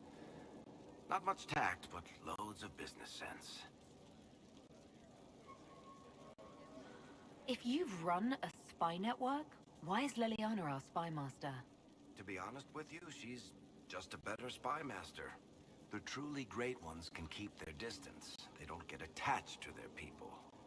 Me, I always wind up babysitting my informants and worrying about their families. We're in better hands with her. You're an author. What kind of books have you written? I kind of know some of Tried those. my hands at a few genres. My crime serials are my most popular. Hard in Hightown, guards breaking the rules to get things done. The Tale of the Champion is the most famous thing I've written, or infamous maybe. And well, you already know about Swords and Shields. To be honest, it's not a great serial. I don't have the knack for romances. Most of my stories end in tragedy. Probably that says something unfortunate about me personally. How do you and Cassandra know each other? You heard about the Kirkwall Chantry being destroyed? The guy responsible used to be a friend of mine. The Seeker had questions about that, and I had answers. I mean, Erica, feel free to look up what spells Orlin has prepared. Because I actually don't know offhand. I don't remember what concentration spells I had prepared offhand. That's the other problem. Some of them are domain spells. That makes a difference. Are you from Ferelden, Orlais? Free Marches, born and raised in Kirkwall. And despite whatever you've heard, no, Kirkwall's not that bad. Okay. I mean, it kind of is. We spent the whole last game in it, and it was kind of awful, but okay. Where did you get that crossbow? I've never seen one like it. Bianca? She's one of a kind.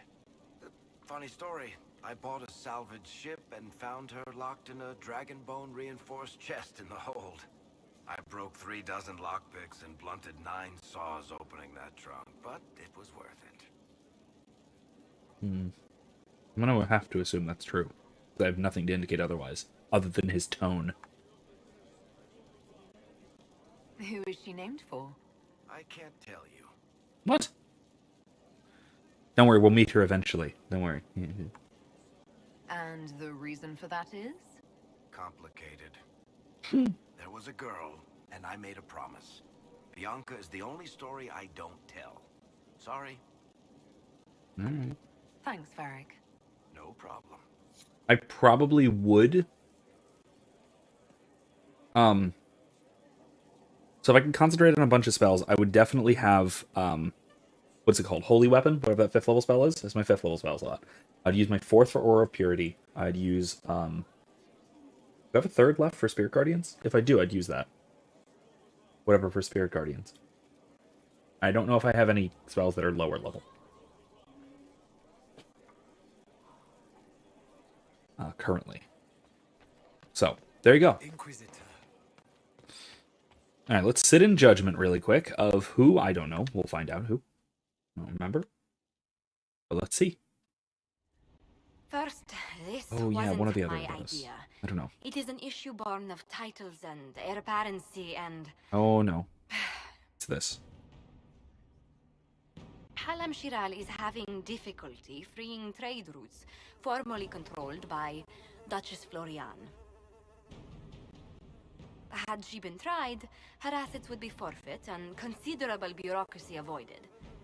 So they ask that we judge her. This is supposed to make sense. I'm judging a box. With flies.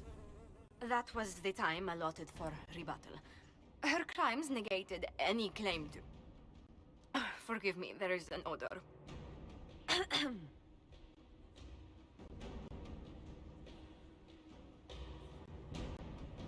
Community service. No. I'm using not background knowledge, no, arcane, I guess, knowledge.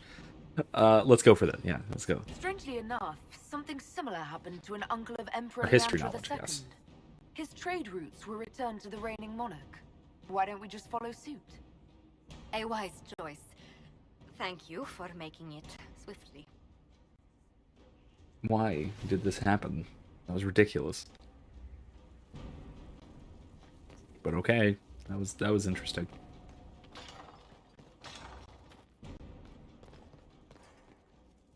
How bracing to be in the thick of the game again. The last time I was at Halamshiral was Countess Letienne's wedding. There were a dozen affairs, 5 secret alliances, and a duel between 2 chevaliers over the vintage of an Antivan port. But until the Duchess was unmasked, I've never seen the Winter Palace in shock.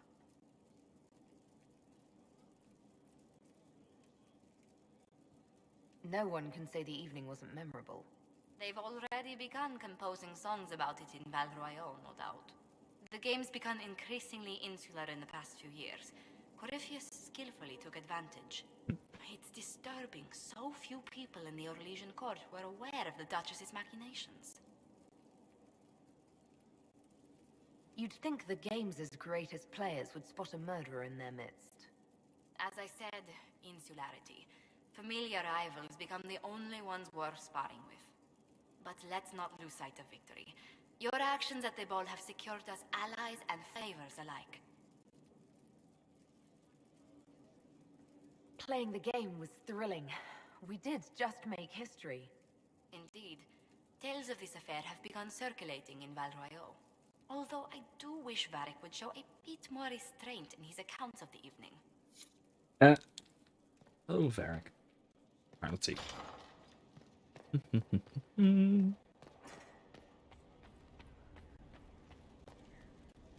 Whoever's praying that prayer, that's so psalmist. Whatever that was in the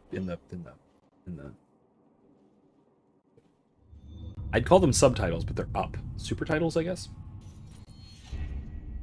Yes, there's a body in the box. Which is utterly ridiculous.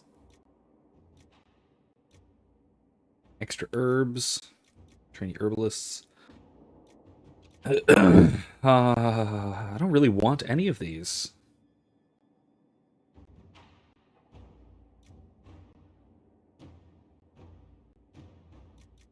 Let's just get some herbs, I guess. Okay, yeah, that's fine. Whoa! Okay, that's a lot of things. So let's do all this. Let's do all of them. And then we'll go, if there's time, Emerald Graves. If not, we'll start next time with that. This shouldn't take an hour. This better not take an hour. Probably a lot of maggots too. Yeah, there were sounds of flies. Unpleasant. Yeah, let's go west to east, all the way across. So, Dwarven slaves in Venatori hands. A report from one of Cullen's forward scouts. Sightings in the north of Red Templars with armor and weapons adorned with dwarven runes. There are no known entrances to the deep roads in that area, and no missives from Orzammar about missing traders. Any news on why Corypheus is sending people to explore elven ruins of all things? Well, that's going to become relevant. No, I suspect he keeps the reason secret, even from his inner circle. Okay, so that doesn't tell us much. They keep next to non-existent records of surface dwarves. The Venatori may be making use of dwarven slaves, possibly from Tevinter. Not their usual preference, but also not the first unusual thing they've done. Recommend further investigation and force. In force, you say? If there's a hint of a Venatori enclave, especially when supplying weapons, we need to crush it. Good idea. Group to observe. Wouldn't want to alarm them. We know they're all too willing to sacrifice their captives. That's probably a better point. Local landholders would get our scouts access, but would likely require an additional incentive to risk their forces. Liliana. Spy.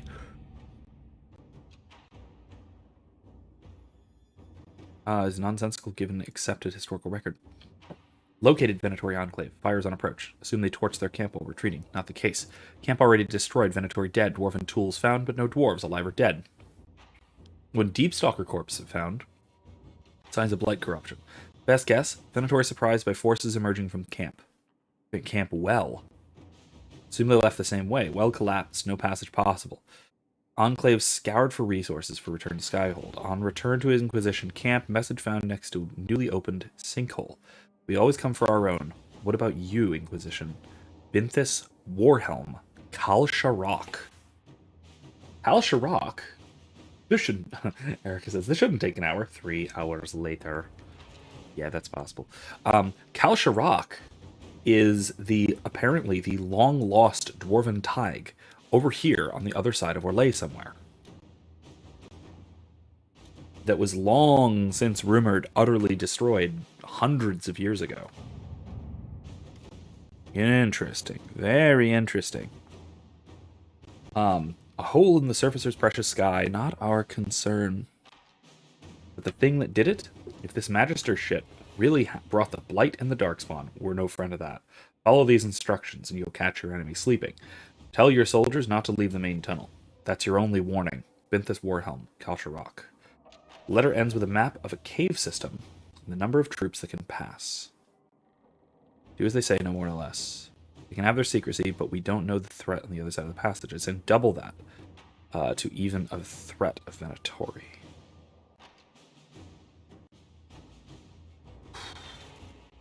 Potential relations with another dwarven Tig would be far more beneficial than a minor strike to Venatori. At least send ambassadors with our soldiers.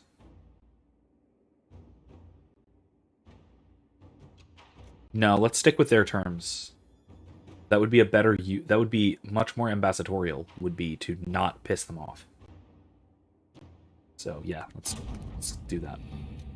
Our soldiers report they had passed through the tunnel without incident, surprised a sizable Venatori encampment. After the battle, they had to find a different route back, because the tunnel had been collapsed. They found this letter. You follow instructions well. Respect of our territory is a first step. We shall see. Binthus Warhelm Kalsharok. Interesting. A favor returned. Ambassador Montelier. It was lovely to see you at the Winter Palace. Your presence at our court is like the emergence of the first lilies in spring. In the spirit of friendship, I'm offering the Inquisition a unique opportunity. You may be aware that King Wilhelm of the Anderfels is about to celebrate the third birthday of his only son, Prince Baldwin. The festivities will be quite lavish, and representatives from nearly every court in Thedas will be bringing gifts. Wilhelm is an exceedingly pious man, even for an Ander. A gift from the Herald of Andraste delivered to the party could earn the undying approbation of the Anderfels. Celine Valmont. Oh, the Empress. Wow. From the Empress. Cool. I know exactly what to send. We need only a messenger. Yes. That's going to take 3 hours? What? Crap. I shouldn't have done that. Crap.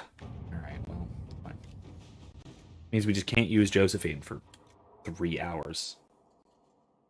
3 hours later. Anything we need to do with Josephine, I'll just skip over and we can come back to. That'll be fine. We received word that Morvan the Under has made good on your judgment of armed exile in Tevinter. He and his clan immediately staked a claim to a large section of land along the Imperial Highway at the edge of the Silent Plains. It's inhospitable and vacant, and they claim they are not interested in banditry or actively threatening anyone. Beyond, of course, suddenly declaring that they now live within Imperium borders. Our Tevinter contacts say the relocation has caused significant concern among the Magisters. If you simply want them present to Under and Tevinter, it's possible to keep Morvan's clan supplied without explicit ties to us. Hell yeah. Difficult to present this as a positive, but perhaps we could notify Minrathus that we hope to enjoy their reinforcements for their continued war against the Qunari. Fine jest, now it's done. Cutting ties. No, let's keep secretly supplying them. Heck yeah. With supplies assured, Morvan and his clan have set up an extensive settlement and become a welcome stop at the edge of the Silent Plains. If there's no reported theft, they have no need. But there is legendary brawling as they cannot stop. Tevinter is concerned, but for now, they seem to be tolerating Mavran's presence. Or at least they're able to ignore it. I love this. I love this so much. That's great. Alright, College of Magi. Interesting. A situation is unfolding in the Navaran city of Cumberland, located in the location of the College of Magi, which, until the outbreak of the Mage Rebellion, was the philosophical heart of the Circles of Magi. Now mostly abandoned, has become a home to a number of mage refugees. This has drawn the ire of local citizens, and mobs are threatening to assault the college and burn it to the ground, with Duke Sandral Anaxis doing nothing to stop them. Inquisition agents suspect that the Venatori agents are behind the mobs, looking to recover artifacts from the college once its magical defenses are breached. Send agents to evacuate the college. They can be brought to Skyhold. Nah. Send in a force to occupy the college. We can protect the innocents and recover anything useful. You must be convinced. Duke Sandral must be convinced to intercede.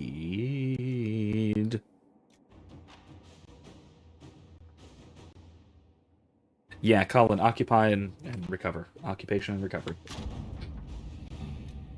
Ooh, a Lifeworld Amulet. Nice.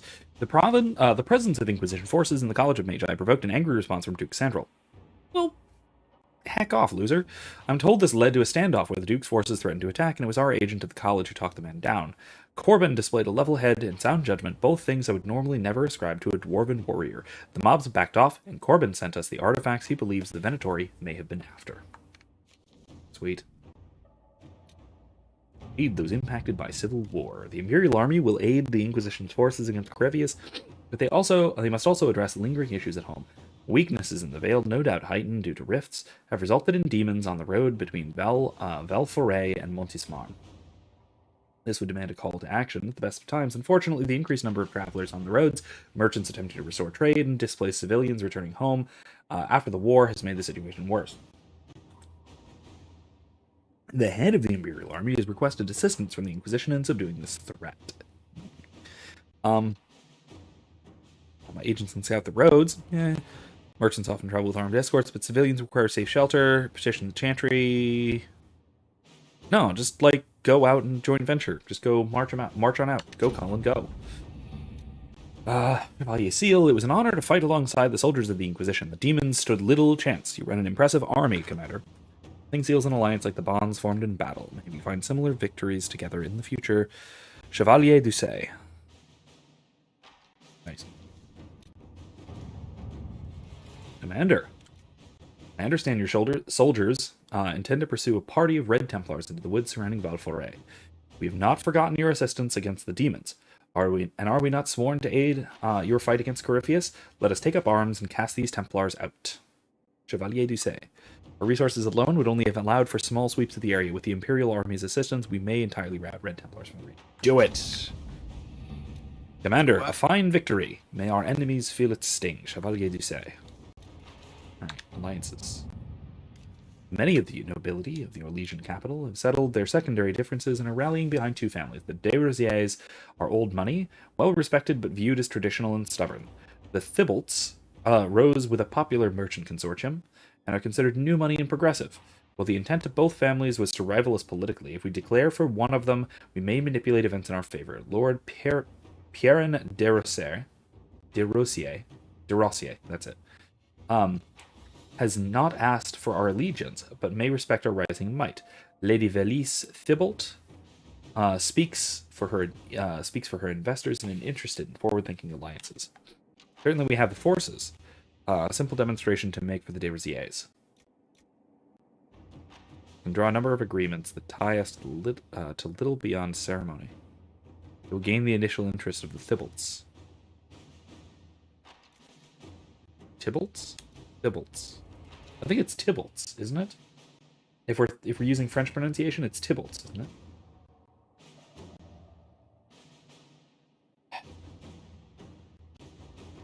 Traditional and stubborn de Rosiers, I think. Yeah, let's go with that. Let's go with the de Rosiers. Inquisitor. I do not trust them. We've at least gained the interest of the de Rosiers. Their initial declarations against us seem to have fallen by the wayside as more traditional deciders of power have come into play. Right. Lord de Rosier is asking for additional assurances and partnerships as he drives his family through the mire of allegiances in the capital. Some houses have switched sides, others ceded holdings entirely to avoid the shame of officially losing all standing. More and more, they are concerned with station and alliance over whatever objections they stated about the Inquisition. Give him something indirect, so that he knows of our support, but the others do not consider us so directly tied. We gained de Rosier by demonstrating our strength. I'm sure he would appreciate the prestige of our soldiers. Or, very well, we can commit more in the way of agreements for future conflict, although we'll not compromise Inquisition sovereignty. Yeah, well, let's wait for Josephine for this. We'll do that next week then. Because I do think that, yeah, Josephine's is the best option for that diplomacy. Ambassador Montelier. Oh, jeez. We've never met, but I believe you have, through discreet means, saved me from a most disagreeable connection. I dislike being indebted to anyone. I shall endeavor to repay you with a news item of some interest. Were you aware that the Grand Duchess of Leeds recently paid a visit to Lake Celestine? Indeed, she stayed an entire fortnight as a guest of Duke Alvin Blanchard of Valmontagne. In light of her other connections, the curious amount of coin which spread across the region in the aftermath, you may wish to pay him a call. Send our agents in. We can expose his connection to Florian for all the world to see. That's actually a good idea. I kind of like that. It'll take a full minute, though. Oh no, that's terrible.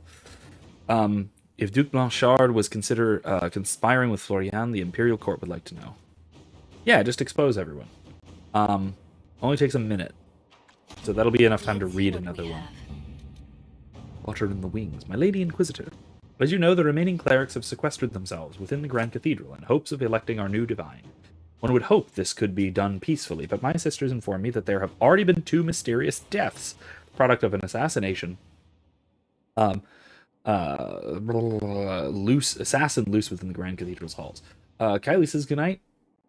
Gonna get up early in the morning for work tomorrow. Good night. Don't let me keep you up too late. Good to have you back. See you soon again. Thanks for stopping by. Have a good night. Good luck, have fun. All those wonderful things.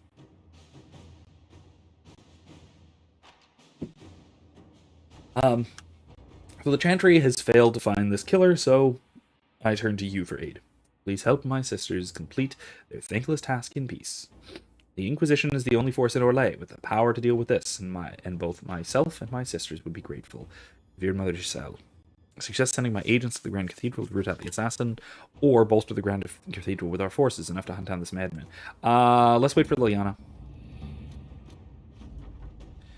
I cannot imagine the scandal when 6 bags of Tevinter coin were found wrapped in the Blanchard coat of arms and nailed to the chanter's board in Valroyo. It will be talked of for months. It is disagreeable to think that a cousin of the imperial family could be involved with that horrid Venatori. One hardly knows what to think. Your new friends produce the best entertainment. Ready again soon. It's been too long since we've had tea. Vicomtesse Elodie de Moreau. Alright, so here, let's send Liliana. The Inquisition caught the assassin within the Grand Cathedral. After questioning him, it seems 3 different Grand Clerics hired him, each unaware others had done the same. This knowledge is in the hands of the Chantry, a scandal to end the ambitions of many eyeing the Sunburst throne. The clerics have expressed their appreciation to the Inquisition, which also recovered some interesting items from the assassin. But I got no interesting items. That's a shame. Okay, deal for weapons plans. I recently became aware of a talented and inventive young blacksmith from the Anderfells. Once we were introduced, though, through my extensive connections, I negotiated a deal to obtain his weapon plans for the Inquisition. Unfortunately, I have just now been outbid by a nobleman from Valdorma, who maintains a private army. I would hate to lose those designs. Is there anything we can do? Inquisitor's need is greater. Leave this to me. I will have the nobleman persuaded. Or I could find a compromise. Knowledge can be shared after all. Yeah, well, let's wait for Josephine. Let's wait for Josephine. Invis du Léon. I can unlock Emerald Graves whenever I like, so I'll come back to that. After we clear all of these in Ferelden, because there's so many of them. Ah, jeez. Delicate negotiations. I'm gonna have to come back for this one, for Josephine again. Here's the thing. I don't even own a mask. Thus, when the Orlesian Empress invites me to engage in real peace talks, I get nervous. I don't know what Orlesian mean when they say that, but I hear it involves poison and dancing, perhaps both at the same time. I'm told you know Empress Celine, and she owes you for that whole saved your life business. Consider you also helped save mine. Perhaps the Inquisition could help make these talks happen. King Alistair Theron. Oh, Alistair. You absolute numpty. Alright, Lord Enzo of Antiva. The Venatori are smuggling red lyrium into Antiva. It's addressed to Liliana. But thus far, they have evaded our grasp. God, another fat pot. Someone kill it. We believe Lord Enzo of Rialto is assisting them. Enzo is clever, well-liked, and has relations among Antivan royalty. If we approach him without proof, he will bury his tracks and turn his allies against us. We must handle this carefully. Lord Enzo attends the theatre on the same night each week. His home is empty, save a few servants during that time. My agents could pay a visit. I have a cousin in Rialto. She threw a soiree, and if she threw a soiree and invited Lord Enzo, his house would be clear for Liliana's agents. That's a good idea, but we already have a distraction, so let's use that. Inquisitor. Our agents entered Lord Enzo's home, where they discovered several pieces of correspondence connecting Enzo to the Venatori. Worse, it seems Enzo did more than buy into their philosophy. He's been arranging to send volunteers to red lyrium mines. As they took these people from Rialto's poorer, more unfortunate residents, few noticed the disappearances. Our agents were prepared to confront Enzo with the evidence, but he failed to return. We have since learned that he hired a ship to Hersinia in the Free Marches. It seems unlikely that Enzo knew of our presence, but something spooked him. Have our agents track Lord Enzo to the free marches. His work for the Venatori must not continue. Let us pray the trail does not run cold. An offer from the crows. Ooh. Letter delivered to Skyhold. Member of the Antivan Crows. We encountered your agents in Hersinia. Seems the Inquisition and the Crows share a target. Our employers bear no love for Lord Enzo due to, well, let's just say it's our personal matter. Of course, I imagine your motivations have more to do with the man's to winter friends. You know the Venatori, we know Enzo. Why compete for the man? Lend us your knowledge and the job will be done far more quickly. You eliminate an enemy, our employer removes a political rival, and we get paid. A happy ending for all involved. Cooperating with the Antivan Crows works to our advantage. They have more knowledge of Enzo, and we gain contacts should we need their assistance in the future. Crows are an unfortunate reality. They'll pursue the contract. We may as well know where they are. Okay, that's the same thing. Do we really want to get tangled up? Cullen says no. Let's go with Liliana. Inquisitor. With our knowledge of the Venatori and the Crows' intelligence on Enzo, I tracked down a storehouse just outside the city. I hope you didn't want us to leave any of the Venatori alive. Sadly, Lord Enzo is not present, but he may count his life in days. To show we respect our current arrangement, an interesting trinket from our raid on the Venatori. And of course, he sends nothing. Thanks, Gita. I'm missing an assassin. My dear Liliana, your Inquisition is working for the Crows. With the Crows, I ask only because I may have removed one of the assassins from your employ. If I'd known the man was yours, I would have at least let him finish the contract. No matter. Allow me to make it up to you. You know I would do much better job than the Crows, and I am far more pleasing to work with, no? As a favor to a friend, I'll charge only a fraction of the price. Zevran Aranai. Remember Zevran? I remember Zevran. It's good to have Zevran back. At least even if it's just correspondence. I've heard he's going to be back in Dragon Age 4. There's rumors at least. I don't know. It'd be cool. Cool to have him. He doesn't show up otherwise in this game, which is unfortunate. He's fun, albeit ridiculous and way too horny. Just way too horny. Zevran could be a useful ally. We can funnel resources to him while nominally maintaining our alliance with the Crows. Yeah, that sounds good, Liliana. Good move. You know how to deal with this guy. You know him quite well. We will provide Zevran with the resources he needs without telling the Crows, of course. Lord Enzo is proving elusive. More eyes in Hersinia cannot hurt. Alright, word from Zevran Aranai. I've tracked down the location of Lord Enzo, and rather more Venatori than I was expecting. Shall we say goodbye to our troublesome friend? Zevran is talented, but also outnumbered. My agents can create a distraction. He can eliminate Enzo and the Venatori in the confusion. Involving ourselves in the assassination of an Antivan noble is dangerous, allowing someone to steal the Crow's target. No. He can do this. Take no chances when attacking a Venatori stronghold. We should send our soldiers to assist. No, we can have spies create a distraction. That'd be fine. When I heard your agents would provide a distraction, I did not expect such a roaring fire. The confusion, the running about in circles, it was all very lively. Of course, Lord Enzo and his Venatori were decidedly less lively at the end of it. Zevran Aranai. Evading the Crows, influence, split pommel. Wait, does that mean he got another, we got another quest? Where? End? What is end? There is a lady, sitting amidst the tattered splendor of her nobility. Her only legacy is an ancient name high and esteemed. She may restore wealth and dignity to her line by marrying the man whom she was promised at birth. He is prosperous and powerful, but leaves her cold. The lady sits by her casement and gazes at the soldier who truly has her heart. She prays to the Maker for deliverance. She prays for intervention, a sudden knife. And we hear her cry. How will the Maker's instrument strike? Will she strike? A knot for the herald to unravel. Let the lady marry her betrothed, then strike at him as she asks. She gains wealth, her true love, and we earn her gratitude. The lady requests an assassin is not for us to say she should not. Contracts between her and those she has hired. What ridiculous game is this? Is killing for love better or worse than killing for power? The Inquisition does not serve romantic whims of nobles. Heck yeah, Cullen. Chill. Chill. The lady's prayers go unanswered. She is alone in a cold bed. Her kin's hopes are restored even as her own die. A still knife cuts as deep as one that lashes out. From Air, my assassin trainer. Yeah, let's not just go ahead and assassinate a noble's new husband because she doesn't like him. Dark path, guys. Real dark path. Did it appear over here somewhere? Evading the crows. Here we go. Cool. My friends, I did enjoy our little adventure, but I hate to be a bother. But I believe you owe me a favor. After all, Lorenzo is quite dead. As you may recall, the crows and I are not on the best of terms. They were not pleased I stole their target out from under them. It means they don't get paid. They could have taken credit for my work, but I had already written to their employer. I earned the prize after all.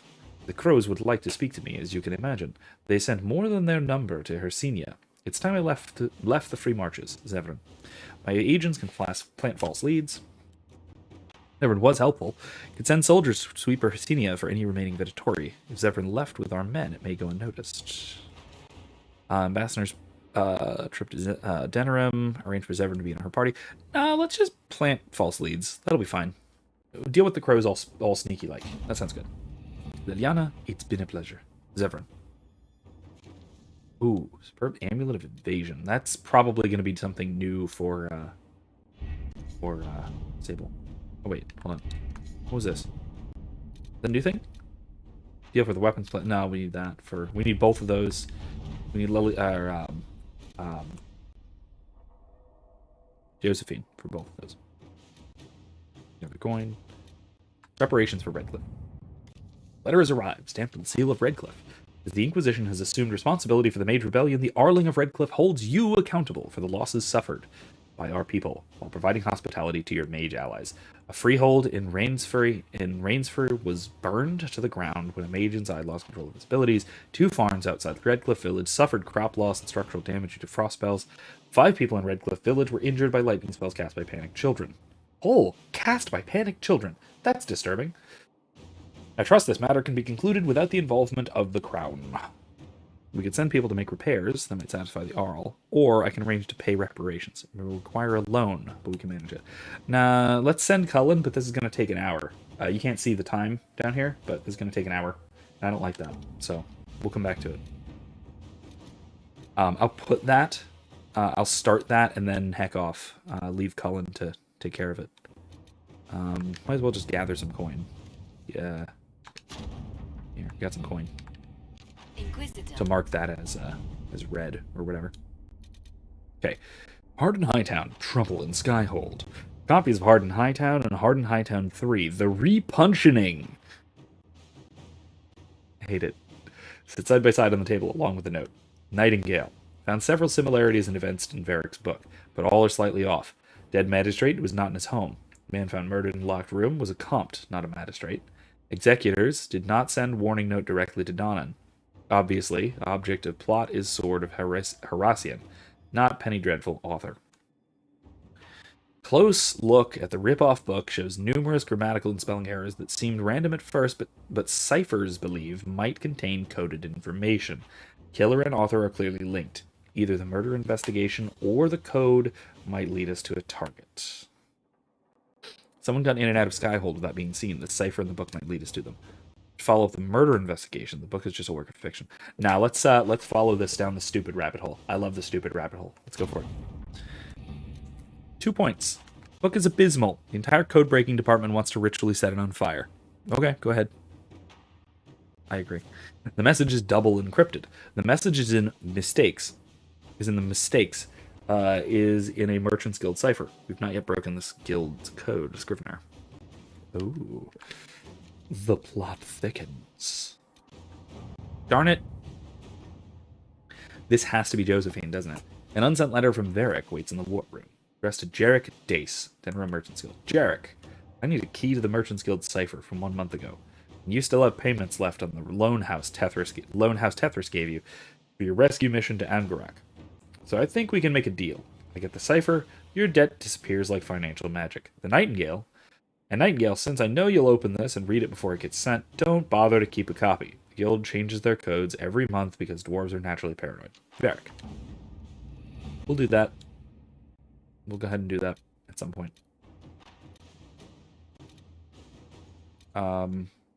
Yeah. That's it. So let's do this. Let's send Cullen. Inquisitor, for an hour. And let's open up, not Inquisition, Emerald Graves. Fairbanks. Alright.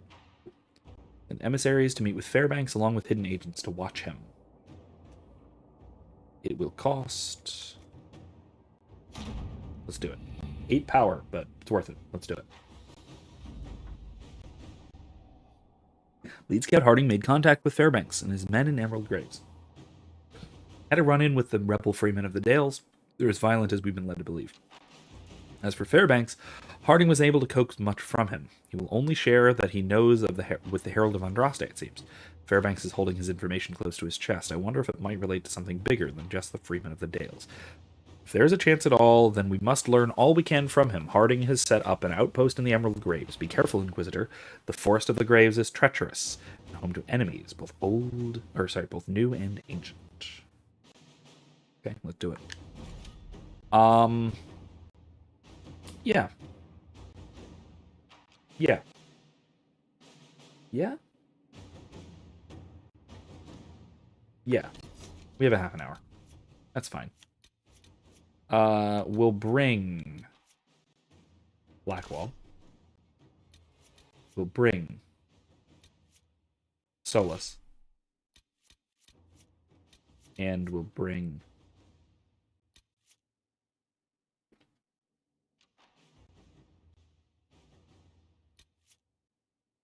Varric. Yeah. Sure. Why not?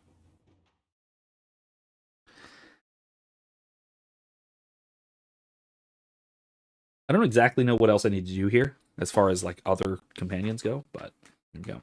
Can generate through. Okay, focus abilities are cool. Way of the Artificer doesn't affect us because we're not taking it. Hard in Hightown, Chapter 6. The estates of Hightown fall into 3 types. The dwarven palaces in their enclave, huddled around their counterfeit paragon statues for shelter against the onslaught of human ideas that surround them. The foreign quarter, where the wealthiest Orlesian and Antivan merchants stay during their... Like I said, I'll eventually get that whole reading done. It's been taking me a while. When I started doing it, like the next night after I started recording it, I was like sick.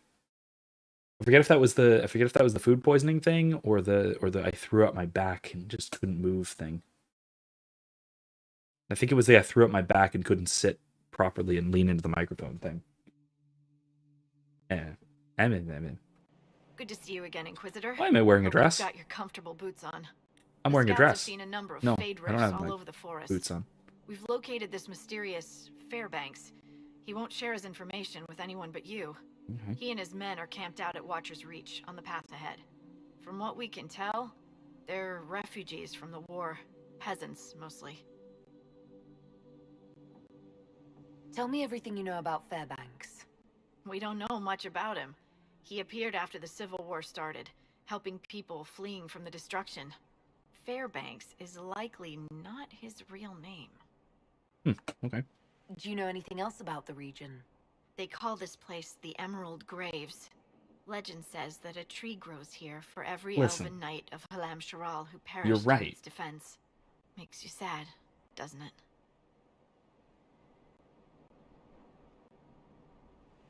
What was done to the elves here was unforgivable. Never again. At least I hope not. Thank you for the information. I'll head out. One other thing. A group of deserters from the Imperial armies has established itself here. Freemen of the Dales, they call themselves. They are hostile to the Inquisition, and everyone else. Watch your back, Inquisitor. Okay.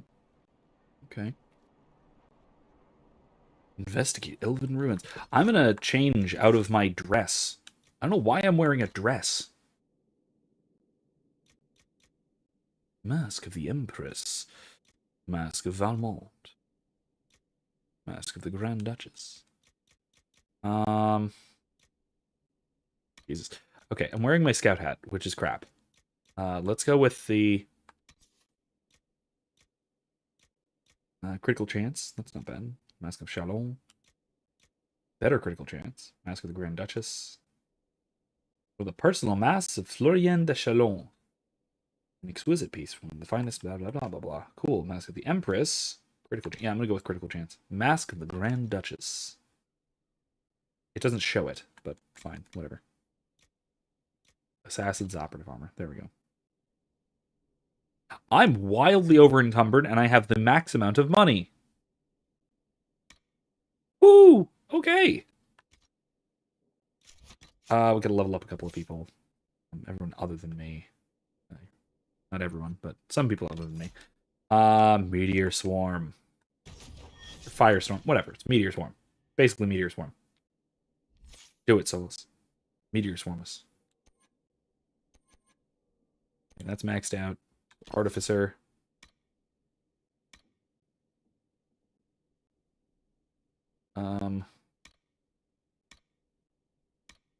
Fallback plan.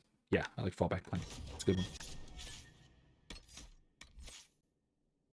Okay. Alrighty then. Got it.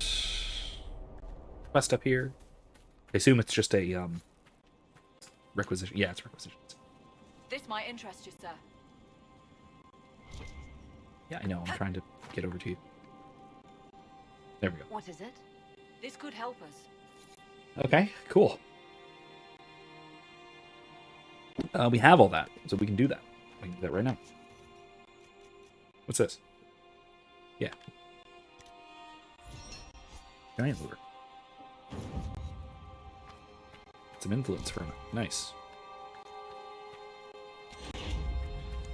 Awesome. Extra power. I can do that at some point. I'll figure that all out. I have something for you. Alright, no thing. What is New it? thing. You may want to look into this. Nothing. Nothing I can do. Alright, so we need to eventually get all the way to... Oh my god.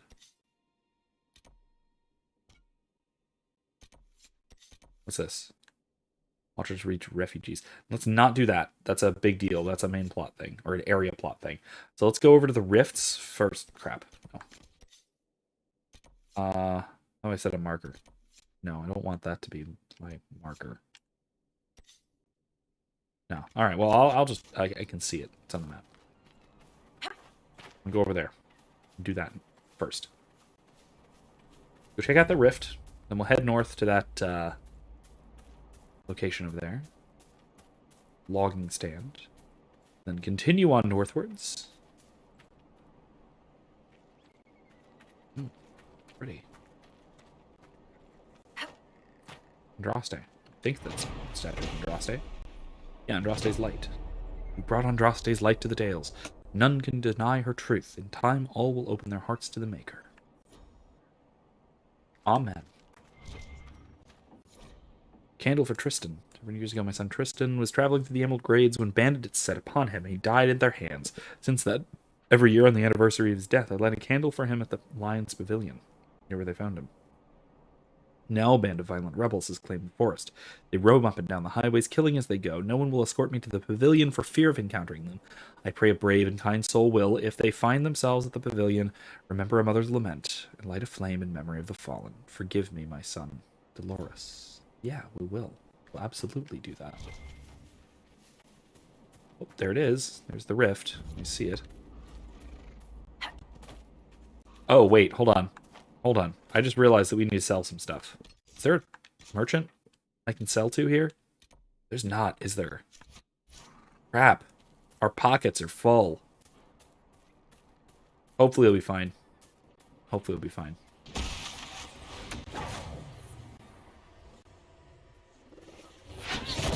Damn it, really?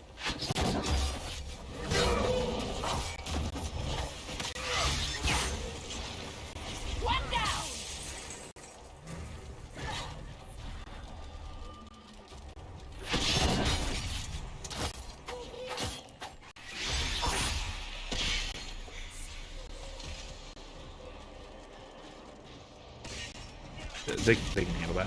Okay, cool. Or wait. Wait, How do I... There it is. Okay. It's too late.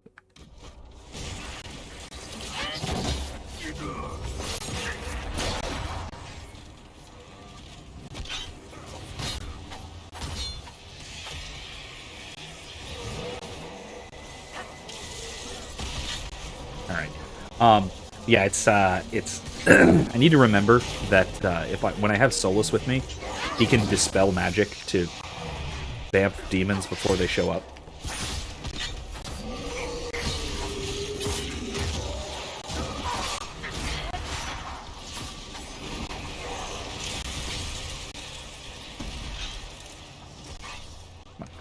Close. Close already. There we go.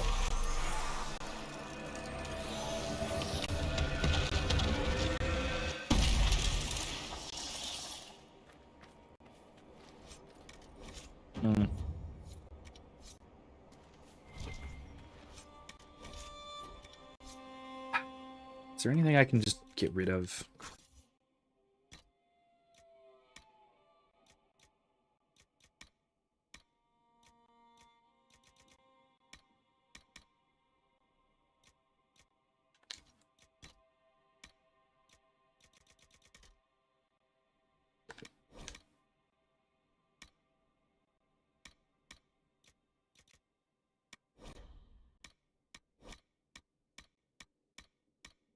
Don't need any of those. That looks cool, but again, I don't need it, like, at all.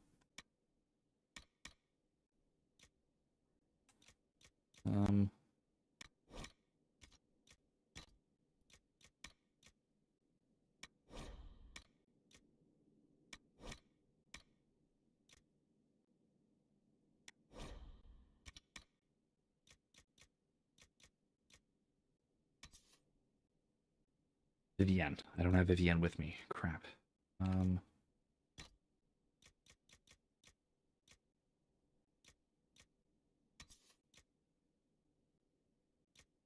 Willpower and dexterity. I could probably just get rid of these. Alright, that'll be fine for right now. For this very moment, that'll be fine.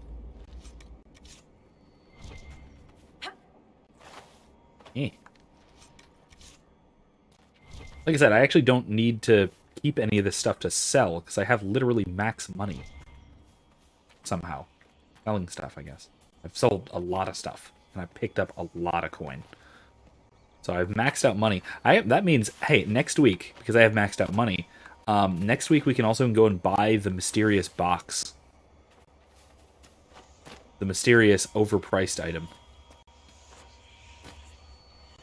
I always wanted to know exactly what it is. I don't think I've ever done it before. So we'll do that next week. Ooh, a shard. Another shard. Another shard. Another shard. Any more over here? No, I don't think so.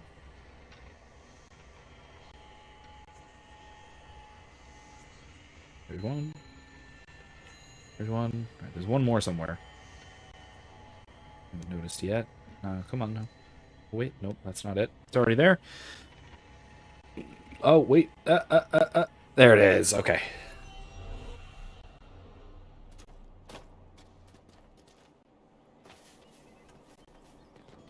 What's that?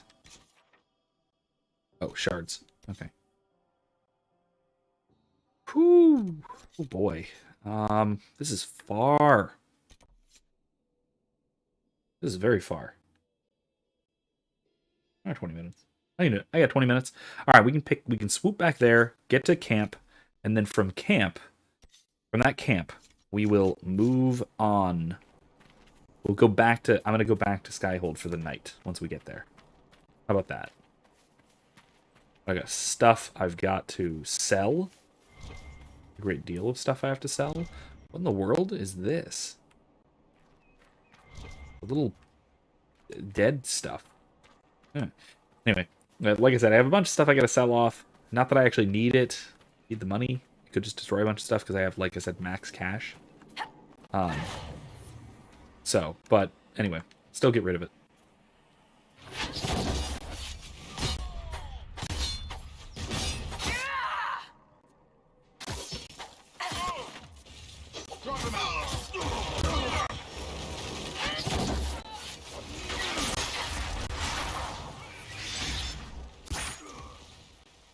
Okay.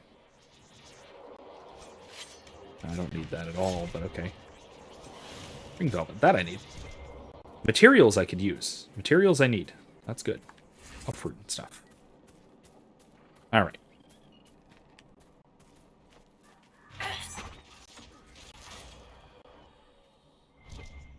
Nothing. Oh.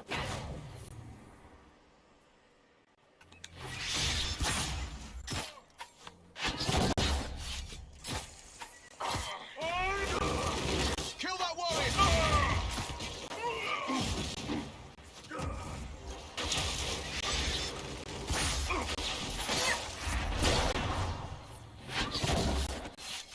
Okay.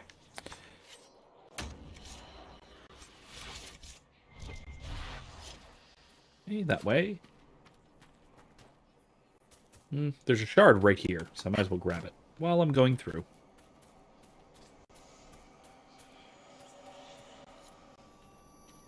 This is something I keep saying that I'll probably just do off stream, and then I never actually get around to it. I should do that at some point. Shards. Those actually do have an impact at some point later on. Oh no, I'm freezing. Those do actually, like I said, have an impact later on, but not just yet. Okay. Hole is out. Pyrrhophyte. Yeah, come on. There it is. Pyrophyte. There's a thing. There's a quest. There's Nettle Pass. Draste's promise. When her chant is spoken from all corners of the world, the Maker will return. We are one day closer to his coming.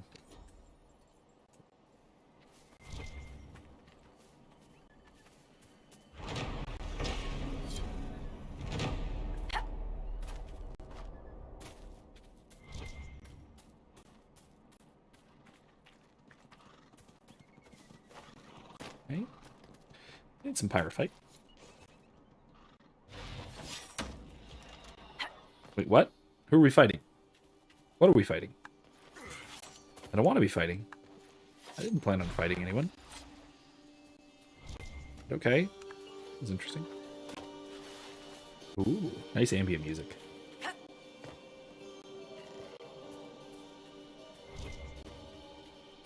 Is that a giant I hear?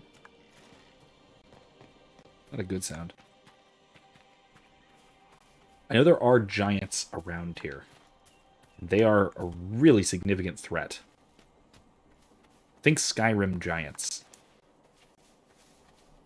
Like, if you're not sufficient level, they will punt you into space. Even if you are sufficient level, sometimes they will punt you into space.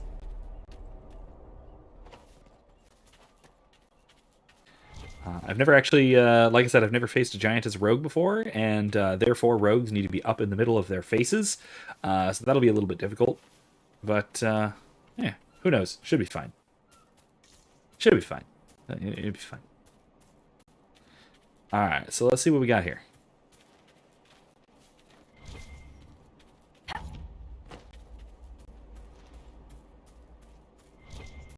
So, we need to find letters from these smugglers. Which means we need to find where they're camped out. Oh, right there. That'll do it.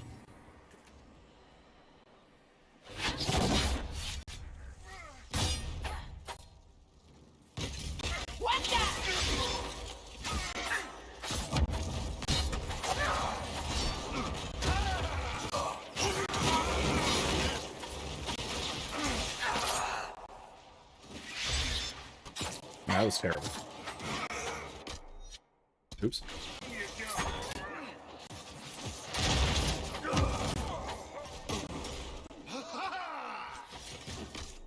Oops, wrong button again.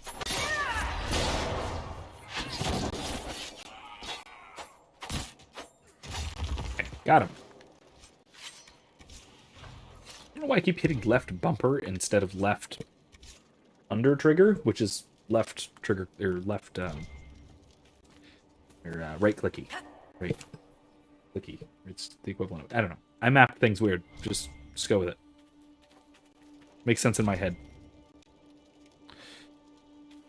Well, that wasn't it. Let's see. Where else might their camp be? Oh, here. Maybe here. This'll work.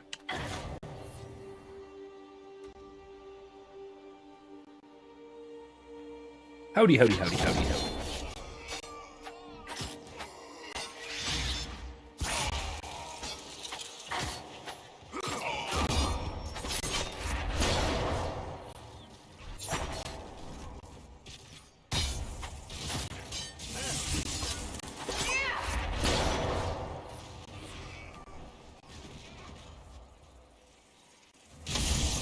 Ooh, ouchies.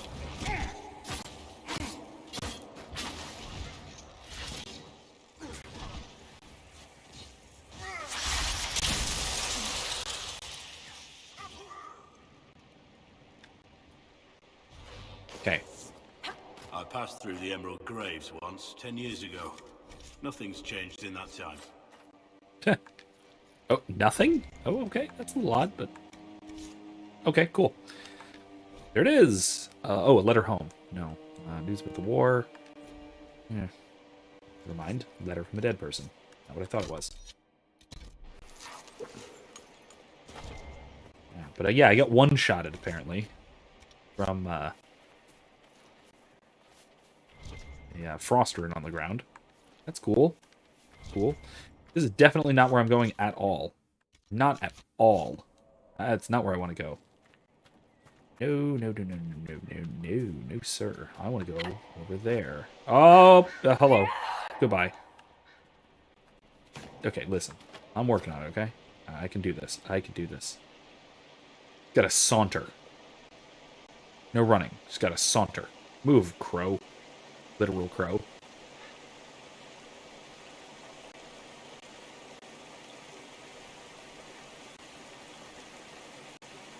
So there's a ham over here. There's a ham and a book. Weird. I'll just try and run back so I can just maybe fall. I don't know. Just fall. Already died, so it's fine. Okay. There we go. Need a drink again. There we go. Let's keep going. Oops. Okay, let's keep looking for the smuggler's letter, shall we? It's got to be up around here somewhere. Oh, the distant howl of giants. Or maybe a dragon. I don't know. Oh, there's a dragon around here somewhere, too. It's up there, maybe? There's another thing there.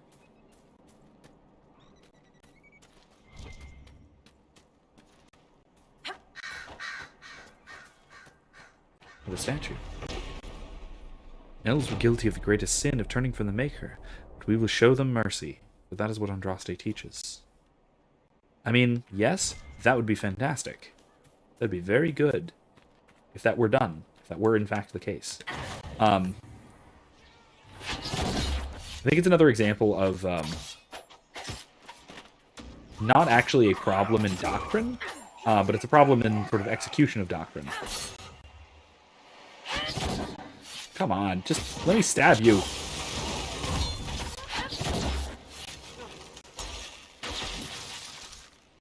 There. Smuggler letter. Yay! Got it. All right. It claims this red lyrium's not coming from the deep roads.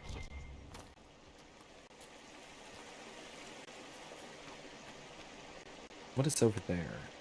It's an exclamation point. That means there's a quest. Down by the river. I hope this isn't a point of this isn't a no return thing. Hello. Oh. Fatal fall. Where? Right, there's a rift right up here, so let's take care of that rift, get to that camp, head back to Skyhold. We've got 9 minutes. That'll give us just enough time to wrap up by midnight. I think that sounds good. Unless everything freezes again, which is possible. That could happen, apparently. And we're back. Oof.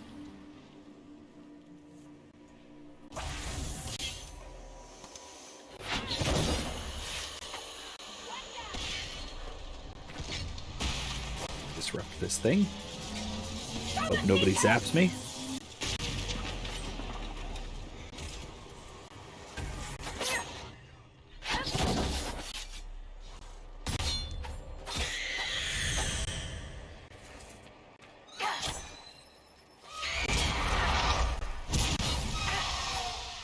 Okay, we got one.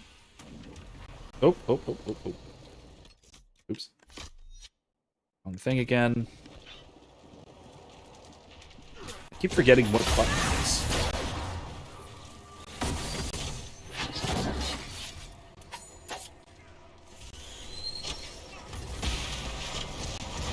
Okay. It's select. There's a weird button for a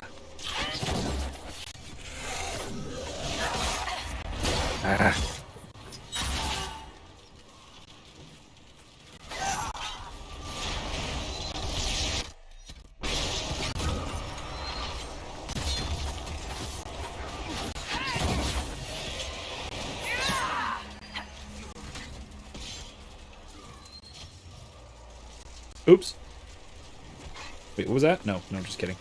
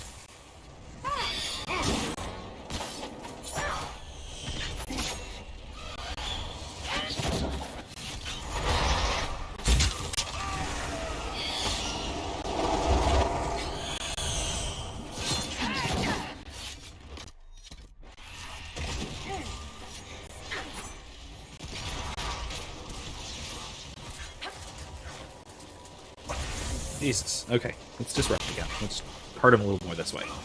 God, this is a heck of a fight. I hate these despair demons. These. I hate those things.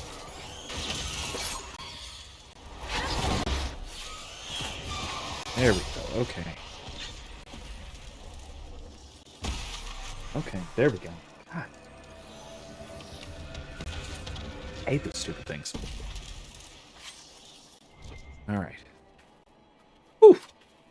Okay, we got it. Taken care of. It's a close call. Ooh, enhanced barrier ring. I actually really need that for Solus.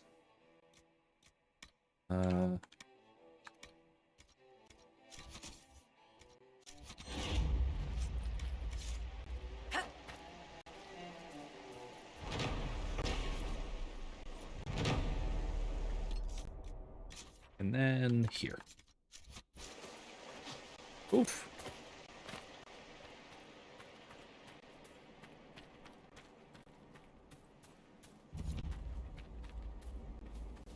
Briathos' steps. Where am I supposed to go? Okay, around this little ridge. Looks like I can get through that. No, that's an estate. That's somebody's cordoned off estate. So no, not around that way. Around this way.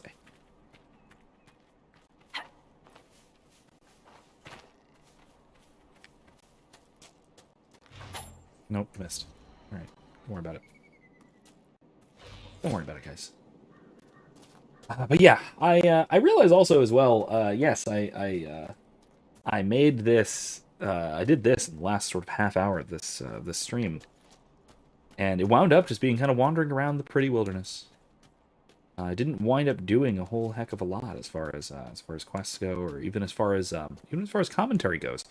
But I am gradually working through it, and there is going to be, like I said, some more side quests and thing next week. It looks like there's a lot of sort of side questy sort of stuff that I do want to do next time.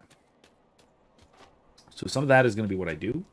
It looks like we're going to be doing, like I said, some more side quests next week. We're going to be continuing that quest for Aphra on Monday in Greedfall. So if you want to join me then, we're going to be doing that, and that's going to be the one where we're looking at a horrifyingly evil member of, let's say, the medical establishment, the scientific medical establishment, who has done god-awful, terrible things to innocent people for not particularly good reasons, only the pursuit of scientific research, and things like whoopsie, stuff like that, which, you know, is typical. Very typical. So, we're going to world map. And we're going back. For now, this guy hold. At least for the moment.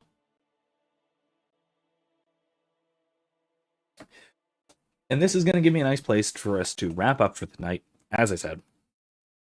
And we're going to pick this up again next week. Probably with, in general, more side quests. I'm probably not going to actually continue the Grey Warden's quest next week. There's a lot for us to do, and quite frankly, we don't have the necessary power to do it. Even just game mechanically wise, we still need to do a bunch of stuff in terms of side quests in the various areas and overworld stuff. So we might as well dedicate more or less another full stream, again more or less, to side quests. Because why not? Why not? There's a lot to do. There's a lot of companion quests. There's a lot of area side quests. So there's plenty for us to keep us occupied. That'll give us plenty to talk about as well. So that's what we have to look forward to next week. Monday we have to look forward to the. We should look forward to, as mentioned, continuing in Greedfall. We're going to continue that quest for Afra. Then back to some more. Looks like, I think, nearing the end-ish of the main story, uncovering the mysteries of all surrounding our dear cousin, poor Constantine, and how he relates to this weird native pagan god. And then back here, we have a lot more preparations to do, a lot more companions to chat with and establish relationships with, and all of that. Maybe develop things further with Cullen and his issues and all of that as well. So, thank you all for joining me. I hope you all have a wonderful evening, and I hope you will join me again next time. As, like I said, Monday we're going to come back to Greedfall, where we left off this week, and for Thursday we're going to pick up right here, or close enough to here. I'm going to do some stuff off stream over the week, time permitting, and pick up and do some side quests. So, thank you once again for joining me. I hope to see you then. Good night, everybody.